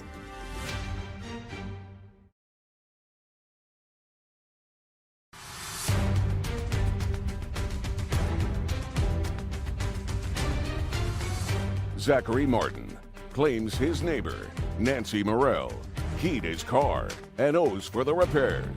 Nancy is countersuing for a false arrest and lawyer fees. Now let's get to your version of what happened. Okay, so you said only one child. Her granddaughter went home. Her granddaughter, who's a little girl, is upset. Why can't I go swimming too? I got that. And? This is a lie. Everything she told you is a lie. Just a second. She did not come to my house. Just a second. She did not come to my house. If you say again it's a lie, I'm going to dismiss your case. Do you understand that? Yes. I asked you what happened. She did not come to my house. Okay. Her daughter came to my house. Just a second. You mean her granddaughter's mother? Yes. I never talked to her. Before my daughter went over, I had gone over. She didn't. Oh, no, just a second. Yeah. Now I don't believe you, Miss Morrell. Now I don't believe you, madam. I watched your eyes. I just watched it. Now uncross your arms. So, her daughter came over first. No, Yes. I went over. I don't want to hear you. She never came over. The daughter came over. She bypassed my front door and went to the side gate where the pool is. She told my son to go get me. To go get you? To go get me. I came out and she called me a jerk. You should let her swim in the pool. Blah. I just told my daughter, look, you can have one friend because your brother's watching you. It's not fair for him now to watch 3 kids. Just 2, that's all. I told her, I said, look, I don't know what you're talking about. I said she could have one friend and that's it. She proceeded to call me a jerk. She said some other choice words I'm not going to repeat, in which case I did cuss her out and told her to get off my property and not to come back again, anybody in her family, or I would file trespass charges. Okay, and that was on the Sunday before Labor Day? Yes, ma'am. And when did this incident happen with your car? January 22nd. After that incident on Labor Day weekend, did you have any other contact with the defendant? Yes. When? I think it was right after Jillian's birthday on November the 21st. I think it was like a week, like December the 1st, I think. And this is really sick, but it got to the situation where she would watch my kid. And every time my kid would go to Aubrey's house or Patrick's house, she would take toys, she would unpack her stuff. And I told her, I said, look, you can't play with her. So they would wait 10 or 15 minutes till she got unpacked and get all comfortable, having a good time. She would send her granddaughter over there. She had to pack her stuff up and come home. She would come home crying many times. So then it got to the point where Patrick, he would come over to our house. He'd be over to our house all the time. They would get on trampoline, play video games, blah, blah, blah. So I was doing something one day, and then the camera went off, and I give me a load of my iPad. Here comes Nancy up my driveway. She knocks on the door, and she says, can we play? And I said, no, you can't play. Get off of my property. File trespass charges if you come back. That was, the last time I interacted with her. Until she keyed the video. Well, it's not my job to be judgmental in a social way, but I have to tell you, I would have handled it a little differently with her. She wasn't the one who behaved badly. I wouldn't visit her daughter's bad behavior on an 8-year-old.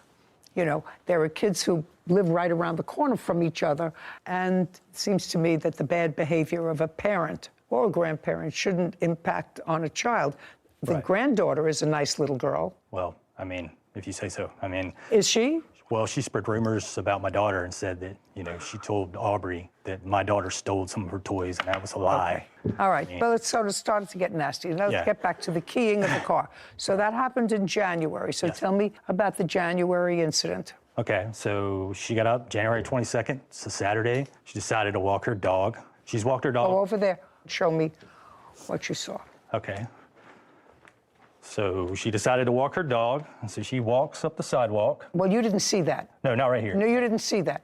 When she gets about right here, which is Patrick's house, the mailbox is right here, you can see in the video. That's when the cameras detect motion. That's when I get the alert. So I see her walking the dog, and she's walked her dog past my house many times, but never gotten that close to my vehicle. So immediately I thought something. Where was your car? My car is parked right here. In the driveway? Yes, ma'am. So she walks the dogs, and she is right beside the view. You can see in the video, you can see her right hand go up. So I immediately run out of the house. I have a truck parked right here. I looked at my truck. I thought maybe she did something to the truck. I looked at it, didn't see anything. I went back outside and I said, well, wait a minute, let me go back outside and look at the Pathfinder. So I walked back out and looked at the Pathfinder, and that's what I discovered, the scratch across the back. It's bright white, so that indicates it's fresh. I told her while she was standing there, you're going to jail. I'm going to call the police. Okay, step back. When you said to her, you're going to jail, I'm going to call the police, did she respond? I don't think so, no. Okay, now I'd like to see the video. Okay. You can see as her hand goes up right there.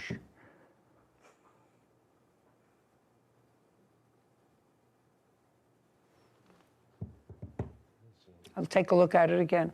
Is there any reason that you stopped behind his car? Is there any reason? Stopped to sniff, I stopped with him.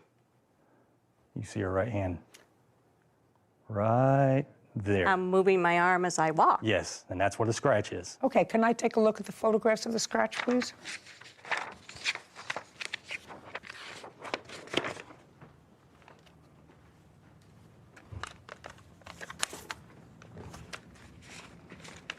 Okay, so based upon what you saw, you called the police. And based upon that, the police came, interviewed you, and viewed this tape. Actually, I had contacted the police after he had yelled at me. He's a little incorrect. Could I show you where? Sure. I did walk my dog around here. His cars impede the sidewalk, so I moved. And I had completed my whole route over to about here, and he did indeed come out and yell at me. I caught a few words of it, said I'm walking my dog, waved my arms, and continued on.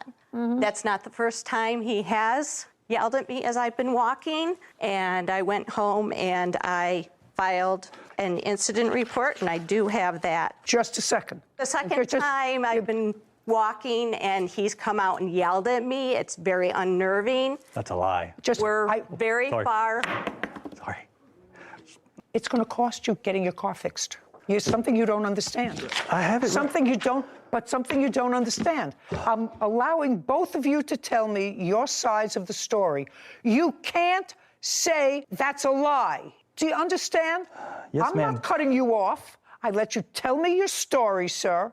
I let you tell me what happened, and I want to give the defendant the same opportunity. You can't interrupt her. Now you understand that? Yes, ma'am. Okay. I will tell you what I don't understand, Miss Morell. You see, if I had got into a kerfuffle with him, which you had, because he said you and your granddaughter, which I actually think was socially wrong with regard to your granddaughter, but with regard to you, he doesn't want you there, right? I wouldn't walk up a cul-de-sac to go past his house. If it were me, I see plenty of space where you can walk. You can cross the street from your house and walk in the street the other way. And then when you come back, you can walk the other way. You don't have to go inside that cul-de-sac to walk anywhere near his house. That's looking for trouble. Can I just say something? About what? The trend that another gentleman, he tried to accuse of scratching his car. Are you her husband? Yes, ma'am. Okay, I'm going to let you stand up now, and you're going to show me where he accused somebody else of keying his car in the back in January. Show me.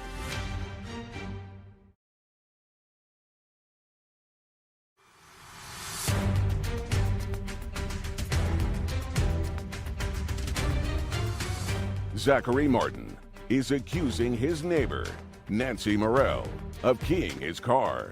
Nancy is countersuing for a false arrest and lawyer fees. So you have a counterclaim, and your counterclaim is for false arrest. He didn't arrest you. The police arrested you.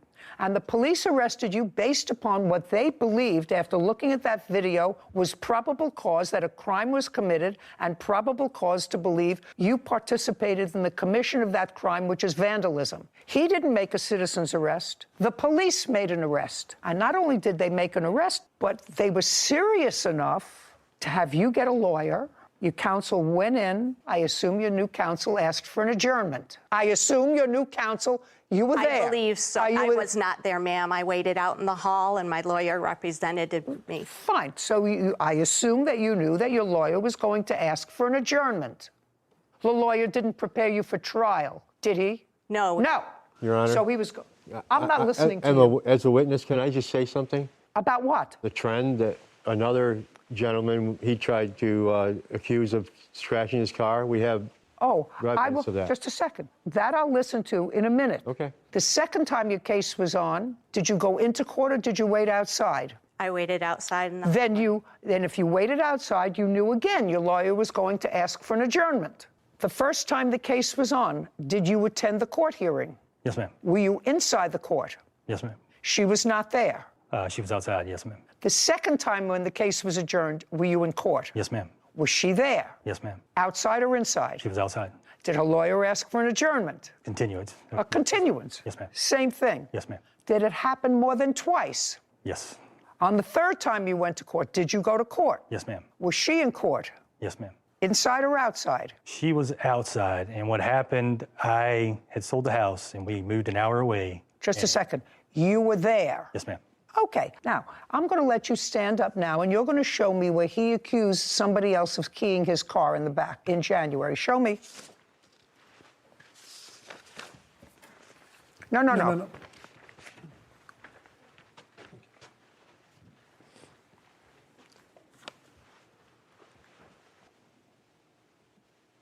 Well, this says that on January 18th, which was 4 days before this incident, you reported another vandalism to a Nissan Titan. Yes, ma'am. Is that the car that you saw her key or believe she keyed? No, ma'am, that's a different vehicle. That's what I thought. That's a different vehicle. That has nothing to do with this car. Well, the gentleman that he accused of, he didn't even have arrested or didn't want to press charges. Just a second. Okay, so now I'm going to let you stand up, and I'm going to give you my end of the riot act, because if this is what you're deluding yourself with, I'm going to tell you. He didn't have video of anybody on the 18th around his car. In your wife's case, sir, he had prior experience with her. She had no business walking right in front of the house when there are plenty of other places to walk. If they are not on great terms, he had every right to call the police, show them the video, and they had every right to arrest her. Do you understand that? I understand that, but Good. that doesn't This has prove nothing. that she scratched the vehicle. That doesn't prove that. Just a second. That's what a trial is for, sir. That was up to a jury. What your wife is suing him for is for false arrest. He didn't arrest her. The police arrested her. Now sit. May I see the invoice? Have you had the car fixed? Yes, ma'am. I have an estimate, and I also have the police report. where I'd like to read see her own both. words. I'd like to see both.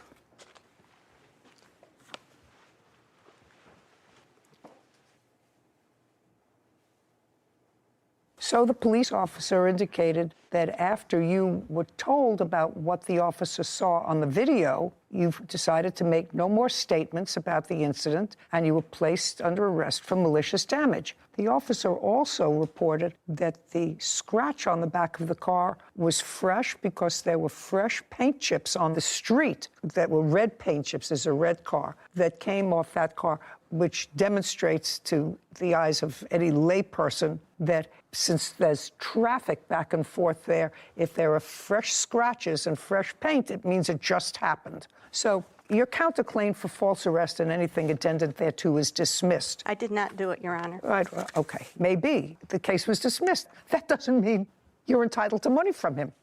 Police had probable cause to believe that a crime was committed and probable cause to believe that you committed that crime. The rest of it is up to a jury. So you have a beef with the police department, not with him. They had an absolute right to arrest you. I'm not giving you $2,500 for this scratch, sir. Get it out of your mind. Do you understand? Why not? It's not a $2,500 scratch. I mean, that's an estimate from a $500. Judgment for the plaintiff. We're done. This court is adjourned. Well, she was incorrect because I did not do it. You know, we took an oath when we went inside to tell the truth, and she lied repeatedly, and she got mad at me when I said that's a lie, but it was a lie. That he saw me walking by and looked at the car and said, oh. The next day I called the police to see what happened, and they informed me they arrested her. I thought they were there because I had called about him harassing me, and then all of a sudden they just said, you scratched his car. And I said, no, I didn't. I think she should have stayed in jail longer. They placed me in custody. The lady does nothing but lie. She's a liar. It was horrible.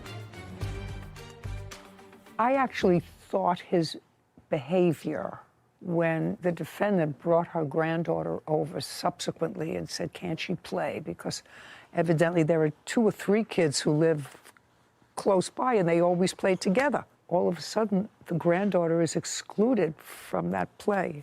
there's a certain amount, as a parent, he should have had some sense of that and said, well, of course they complain, but your daughter owes me an apology. You know, if you're behaving like an adult, your daughter owes me an apology. I tried to do a responsible thing. I didn't want to let my son watch more than one stranger child in a pool, which is absolutely smart because, God forbid, something happened to one of those children, they would certainly turn around and sue him. Yeah. So he did the responsible thing. Was it hurtful to the other child? Yes. According to him, his daughter was playing at Patrick's house. She came over and said, you can't come, because they're little children. They don't understand. You can't come. Only one person can come. But you're a grown-up. So understand how that could be hurtful to an 8-year-old. Anyway, I think that they both behaved badly, and he's very smart to have moved out of that. Out of the cul-de-sac, out of the neighborhood. Yeah, could you understand why she would walk her dog there? Yeah, I agreed with you that if you've already had even just a hint of distaste with any of your neighbors, I just walk on the other side of the street, just avoid it. And this seems like a perfectly avoidable house in the cul-de-sac. You actually have to go into his loop in order to make the loop. So I don't know. I think both sides questionable, but I'm glad that he got something that you were willing to give him for his car. Yeah, get your car fixed reasonably. And the police absolutely had a right to arrest her. Yeah. There was a complaint. They looked at the complaint. They saw the damage. They saw it was fresh. They saw her right there on the video. They had a history of bad feelings between them. They had an absolute right to arrest her. Yeah. Too bad. Linda Bernadeschi is suing salesman Eric West for the cost of skincare products. Court come to order. All rise. Have a seat, please. Hello, Judge. Case number 2114, Bernadeschi versus West. Thank you. You're welcome. Would you pronounce your last name for me? Bernadeschi. Bernadeschi. Yes. Well, I read your complaint. I somehow was taken back to my own experience just walking down any street that has a new cosmetic place. So I sort of believe I understand what your experience was, at least initially, with Mr. West. Mr. West, you're a salesman for what company? And where are they located? Well, they're all over the United States, but I worked for one in San Francisco. Where are the products manufactured?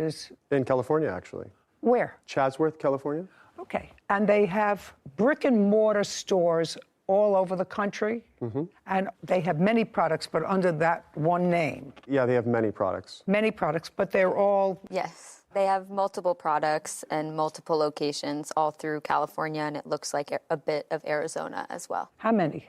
Upwards of 20 locations. Okay. And can you tell me, Sarah, is it a corporation? I'd assume so. Their about page. How long have you worked for the company, sir? That company in that location, about 3 years. Where is the corporate headquarters for the company? It's located in San Mateo. Do you know if the company was incorporated in the state of California? Yes, I believe it was. Under that name? It's not an answer. Oh, yes, sorry, my apologies. It looks like it was an LLC out of Oregon, but is listed as inactive as of 12/22 of 2020. There's no company in California? It just says the jurisdiction in which the LLC was created is Oregon. That's as far as I could tell. They have a company address that's listed in a head office in Portland, Oregon. What do you know about Portland, Oregon? It's a lot of hippies. A lot of hippies. What about your company? Oh. Do you know anything about your company? Yes, I think it's probably another location there as well. Do you know anything about the company that you work for? Was it incorporated in the state of Oregon? No, it was incorporated in California. And I think Oregon maybe has a franchise. I can't tell from public record anything From further. the state of California. I tried looking up their headquarter information, and all I got was this Cosmetics LLC from Oregon. Okay. And while I'm taking this information, I want you to take a look and see if there are any court cases. Sure. Let's try the state of California and the state of Oregon. Sure. And the only thing that you could find was the Oregon company under that name that is no longer active. It might not be the same company, but it has the same name listed in Oregon, so I would assume so, but there's no information on their website about their headquarter information. Anyway, Ms. Bernadeschi, Trying to think of the date that you made these purchases. What date was it? It was February the 21st, 2022. And you were shopping, you were walking with your dog. Had a little dog? Yes. What kind of dog? A Shih Tzu. A Shih Tzu. Yes. My fave. Oh, yeah, mine too. She's my third one. You were walking in a mall. What mall and where? In Santa Clara, California. That's where you were working? Mm-hmm.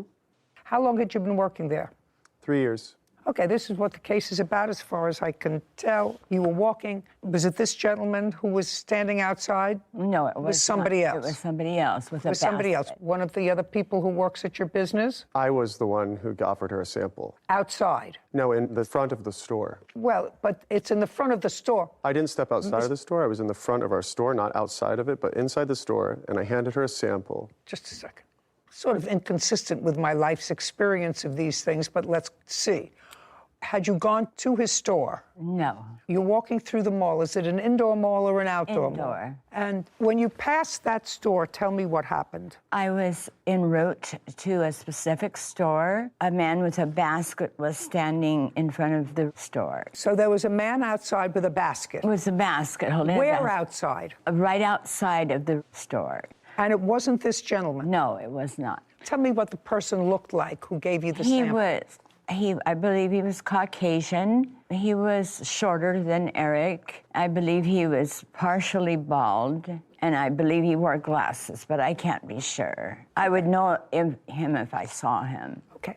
And so continue with your story. Standing there with a basket of samples outside the store. Okay. Totally consistent with my own personal experience. Okay, so he offered me a sample of a product. And I said, no, thank you, I'm not interested. And he said, no, please. He said, you'll like it. And I said, I'm in a hurry, and I'm not interested in any of your products. At that point, Eric walked a couple of steps out from the store and started showering my dog and myself with compliments, just like over the top. And he said, why don't you come in my store? I've got a surprise for you. You are going to love me, he said. I said... So he was doing his salesman shtick. Yeah, and from the smile on his face, it's exactly what he was doing, his salesman shtick. Yeah, and pretty much you work on commission. Yes. Right. Okay, so now he's showering both you and your little Shih Tzu with compliments and how beautiful the Shih Tzu is and how he's going to give you things that are going to take away this line and that line and this crease or whatever. And I sound like such a sweet and kind person that, you know, he's got a surprise for me. I got it. Okay. Go ahead. So he got you into the store. Uh-huh. At that point, he asked me to have a seat. And again, I said, really, I'm not interested. I want to go. So then someone took my dog. Where was the dog? On a leash in my hand. And he says, here, I'll take your dog. And I said, no, I'll hold her.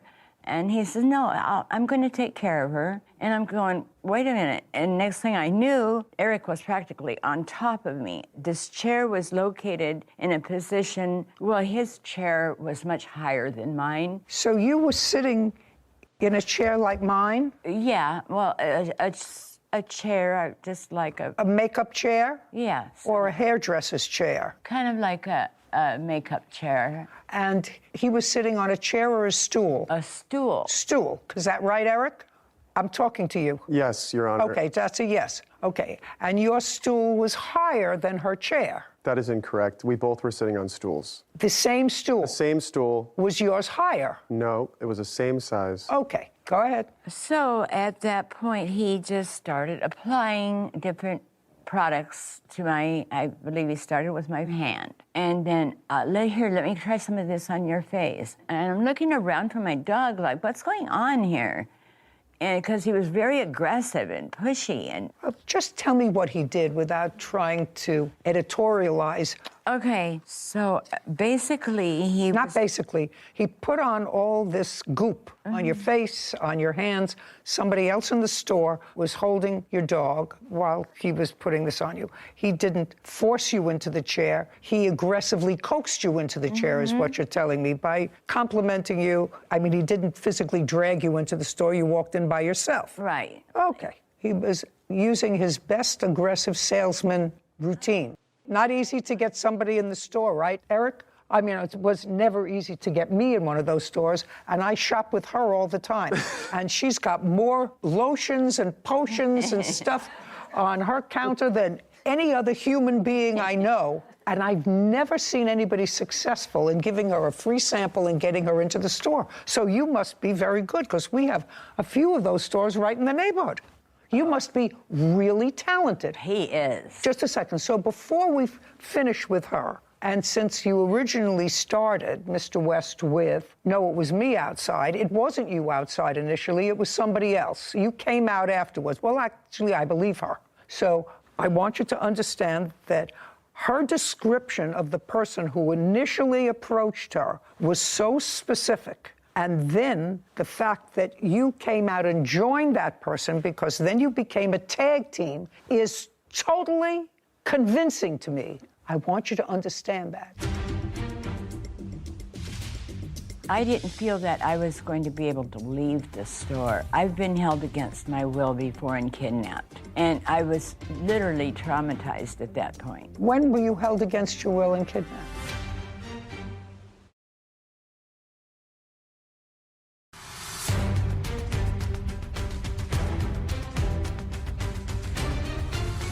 Linda Bernadeschi claims salesman Eric West owes her a refund for skincare products she never wanted. Do you have family, Eric? Yes, I do, Your Honor. Living family? Yes, I do. Okay. You don't want to make a fool out of yourself here, right? Absolutely not. Great. So I want you to understand that I believe the plaintiff when she tells me you weren't the initial person out there who stopped her with a free sample. I was the only one working that day, Your Honor. I don't believe you. Okay. Because you couldn't have got her where you got her to, which is the story she's going to finish, because by the time she got out of the store, she had $8,000 worth of your product. Which is also not accredited by the Better Business Bureau and has multiple complaints out against them. So, just for the record. No, that's an important record. Keep looking. Yeah. Okay, so at that point, I decided I'm going to leave and take my dog and get out of here. And I attempted to get up, and he was sitting higher up than I was in such close proximity that I was unable to fully stand up. And as he saw me attempting to, he comes back over with another product. He was across the store, and well, if he was across the store, Miss Bernadacci, if he was across the store, then he wasn't hovering over you. So what I tried to tell you before is I want you to tell me not what you think is best for your case. If either he's standing over you so you couldn't get up, or he's across the room. If he's across the room because he went to get another product, you could have gotten up and left. No, actually, he wasn't across the room. He was just like, I think it was at the desk behind. Whatever, he wasn't right on top of you. No. You don't understand. I don't believe that you were held against your will in the store. I don't believe that they did that. I think he was overly aggressive and he chose a target. Yeah, and I was... Okay, and at what point did you purchase all of this product, which is the subject of this case, because you want your money back? I didn't feel that I was going to be able to leave the store. I've been held against my will before and kidnapped. And I was literally traumatized at that point. When were you held against your will and kidnapped? Oh, this was like 15 years ago, maybe? Well, I would remember that, whether it was 15 years ago. I want you to tell me about that. That forms part of who you are and who the person is that I have to consider with regard to whether or not this was a forced sale or just an overly aggressive salesman. So I want you to tell me, was there a police report of a prior kidnapping? There was? Yes. And did they actually find the people who kidnapped you? Yes. Was there a trial with regard to those people? I don't believe so, because the guy was on parole, and so he didn't want to go to trial. So they violated his parole and he went back to prison? Yes. And that was in California? Yes. But so when you were in the store and you said you felt as if you couldn't leave, you were under pressure, how many people were in the store? Well, there was Eric and the gentleman that was standing outside of the store, and then a woman came from behind the register in the back room, and he was telling me how This woman is a world-renowned facial beauty massage, whatever, expert, running drag on me, pretty much. Let's just put it that way. Anyway, now you're up from your chair. I want to know how the sale came about. Well, because I didn't feel that I was going to be able to leave. Okay, so tell me what happened. Okay, so I said, look, I don't even have any money to cover this. And I'm looking... To cover he what? He asked me for my to cover identification, what? To cover the cost of these beauty products he wanted to sell me. Okay, how many were there? There was 4 or 5 different... creams. Creams, and then there was a device that, I don't know what you call them, but it was a device that he had used on me while I was sitting in the chair. And, you know, telling me, look in the mirror, doesn't this... You know, can't you tell a big difference? And he even took my phone and took a couple of pictures of me. He says, look at it. I said, I can tell a little bit of a difference, but it's not worth the money. And again, I don't even have the money, so I really need to go. So he asked for my driver's license to register the product. And then he told me... To register the product? The product that I bought. Oh, so you did say you would buy the device? Yeah. You did say you would buy the device.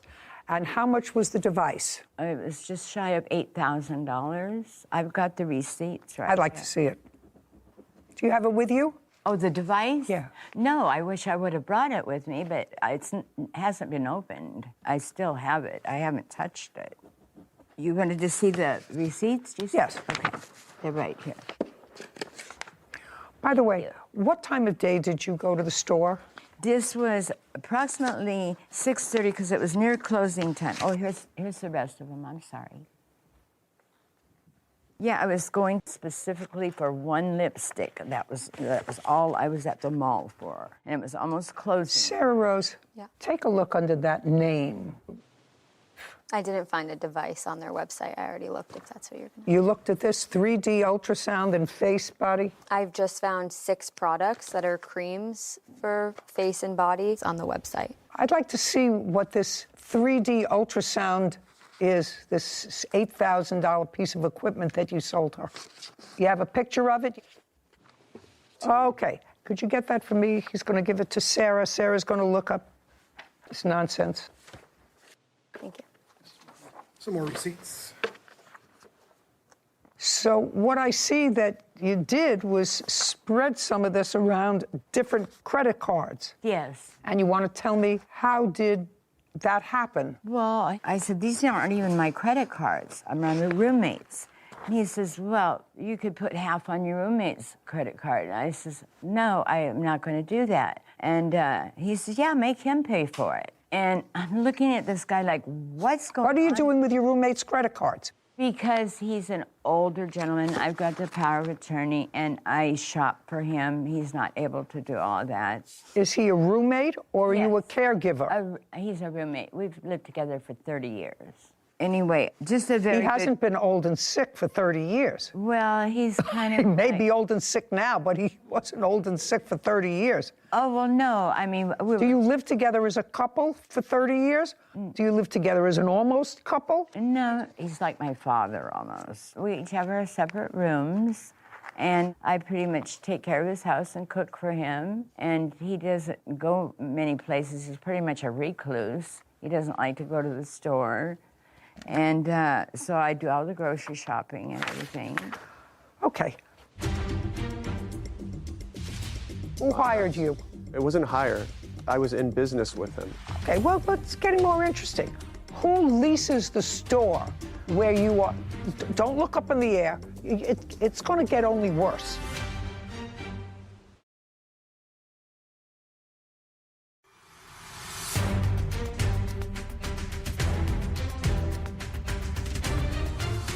Linda Bernadeschi is accusing salesman Eric West of holding her against her will and selling her an unwanted skincare wand. Do we have a picture of that thing? Juven. It's. Yeah, I have it. What? I have it. It looks like this. It's got this on one side, and then I don't know what this is trying to show you. Ultrasound, face and body, slimming. Yeah. She doesn't look like she needs slimming. She asked for something that would tighten her skin, as she said that in her younger years she had a lot of issues with drug abuse when we had our conversations, and she's asking for something that can actually help her look more youthful and help her skin tighten. And this is something that she discussed with me when we were sitting at the table. What's your educational experience? High school, college. Where? I went to like a couple of film and television schools. I asked you what college you went to. Oh, Olympic College in Washington State. And was that a 4-year program? 2-year. 2-year.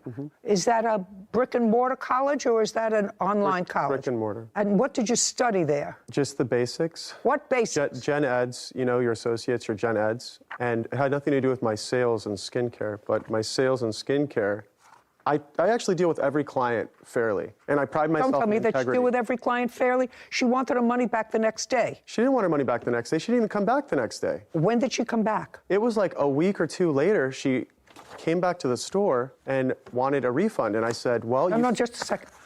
Okay. She came into the store on February 21st, 2022. You get home with all these products. You spread it around. Let's say this is aggressive salesmanship. Now you're home. You had a previous experience with being taken against your will and held against your will, according to what you told me. Yes. So you know that when that happens, the police get involved. You didn't go to the police when you left to say, you know, I was held against my will. You took the products and you took the products home, right? Well, I didn't go directly home. I went to my friend's house. She lives 2 blocks from there. I was so traumatized I couldn't drive, and I was beside myself. Okay, that was February 21st. Yes. So what did you do next with regard to Mr. West? Okay, so by that time it was about 9 o'clock at night, 10 when I got home, and I thought, well, I'll call tomorrow to tell him I want a refund. Actually, I called him and told him that, and he says, well, you're supposed to be down here. When did you call him and tell him you wanted a refund? It was the next day when he called me.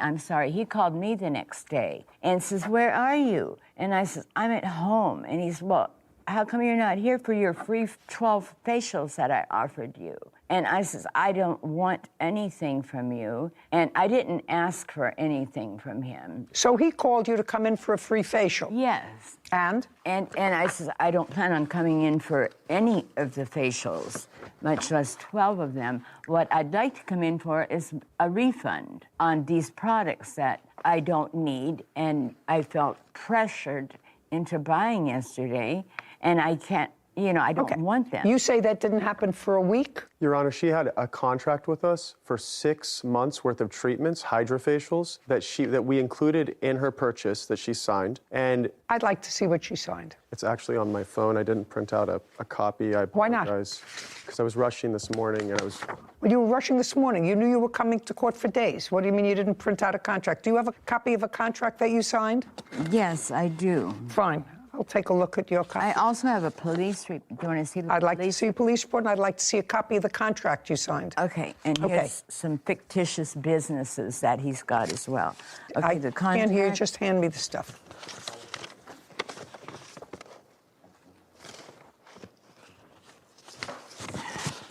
Okay, this is the police report. I want to see the contract. I'll read the police report while you're looking for it. Here's the contract.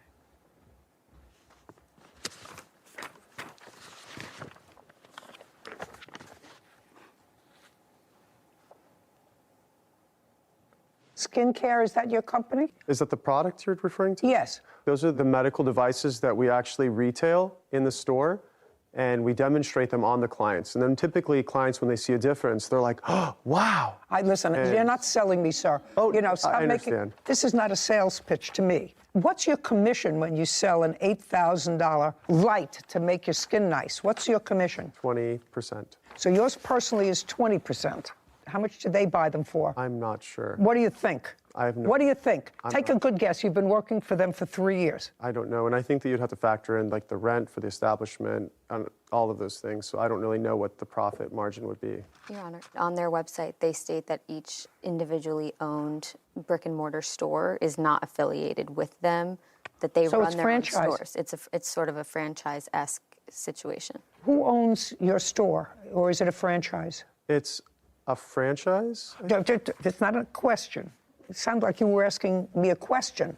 Is it a company-owned store or is it a franchise? There's a company that owns the store. But it's a franchise. Yes, I believe so.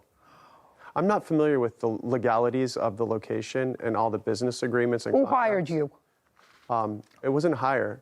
I was in business with him. Okay, well, it's getting more interesting. Okay, Yes. so it wasn't to hire. You're in business with a man whose name is what? Don't think about it. I don't if know. you're in business with somebody, you're a smart boy. You I don't know how to pronounce You his went to a last name. 2-year college. What's the name of your business partner? I don't know how to pronounce the last name. What? I don't know how to pronounce the last name. Spell it. So I don't actually know how to spell it. I'm sorry. And who leases the store where you are? Don't look up in the air. It's going to get only worse.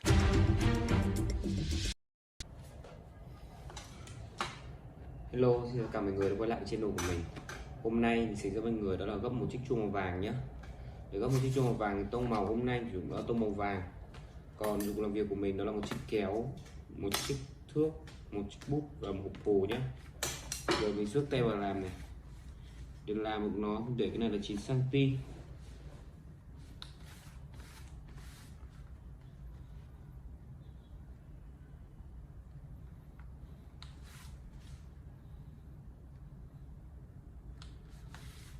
Mình kẹp một thằng này. Sau đó mình cắt phần du của nó đi.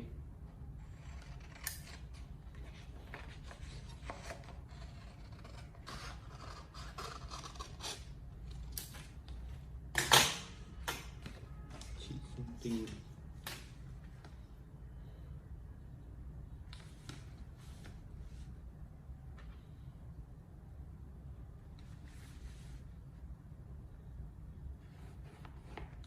Xong rồi cắt phần du của nó đi nhé.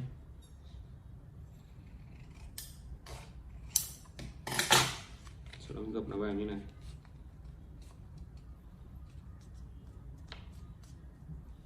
Mở ra gập tiếp này vào.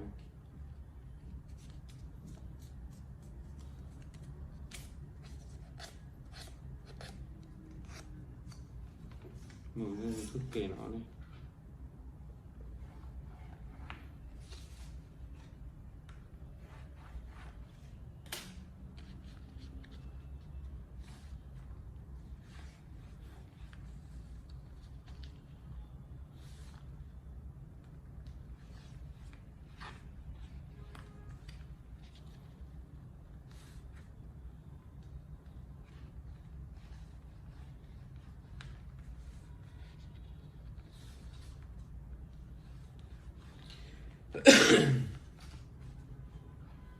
Thức kề nó này.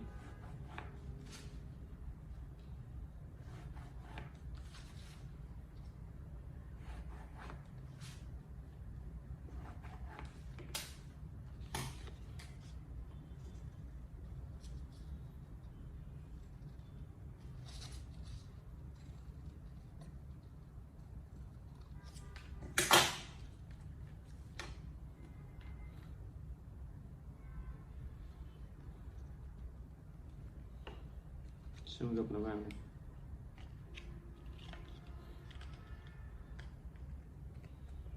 Cái này mình được 8,5 cm. 8 cm.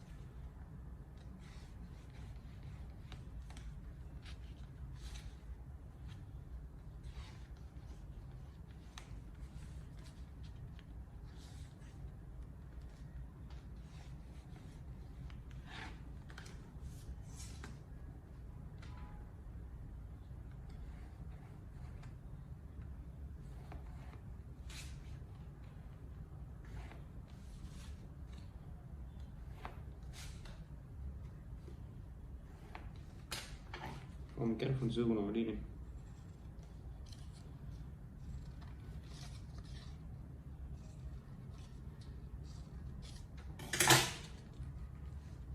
Quất nó đây.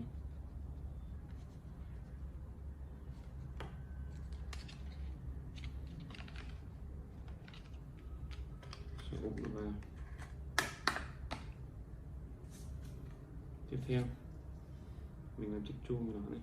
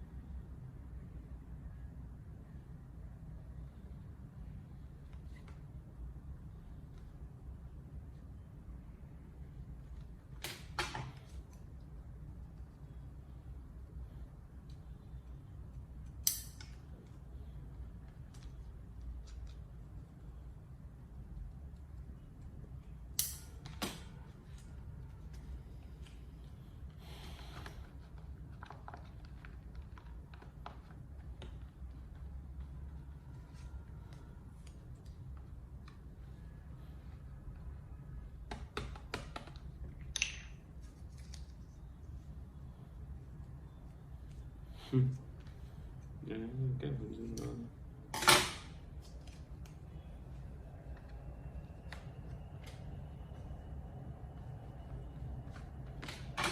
cắt vào phần dư của nó đi này.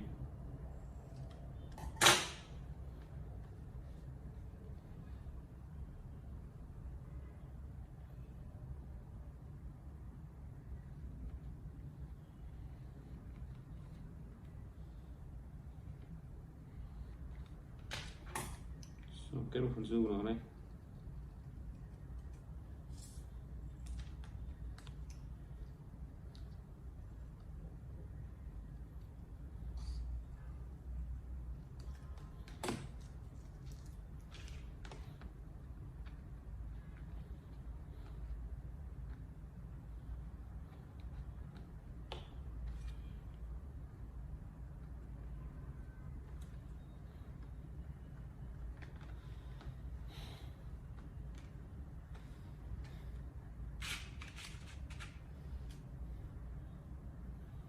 Kết hình tròn đi.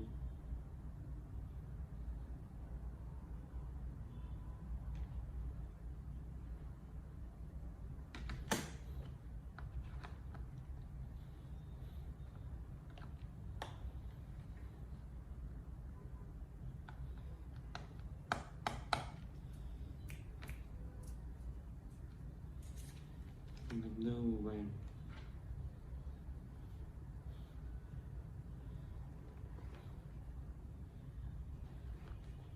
Các phần dư của nó đi này.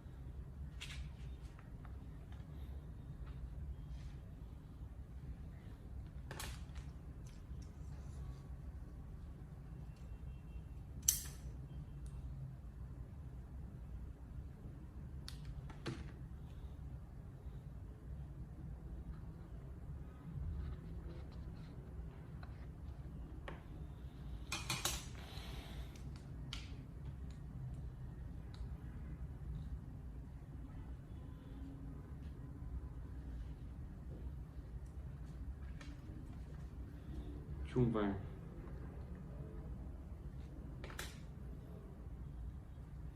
Như vậy mình đã hoàn thành xong một chiếc hộp đính cái chuông vàng rồi. Nếu các bạn thấy hay cho mình like, share, đăng ký kênh nhá.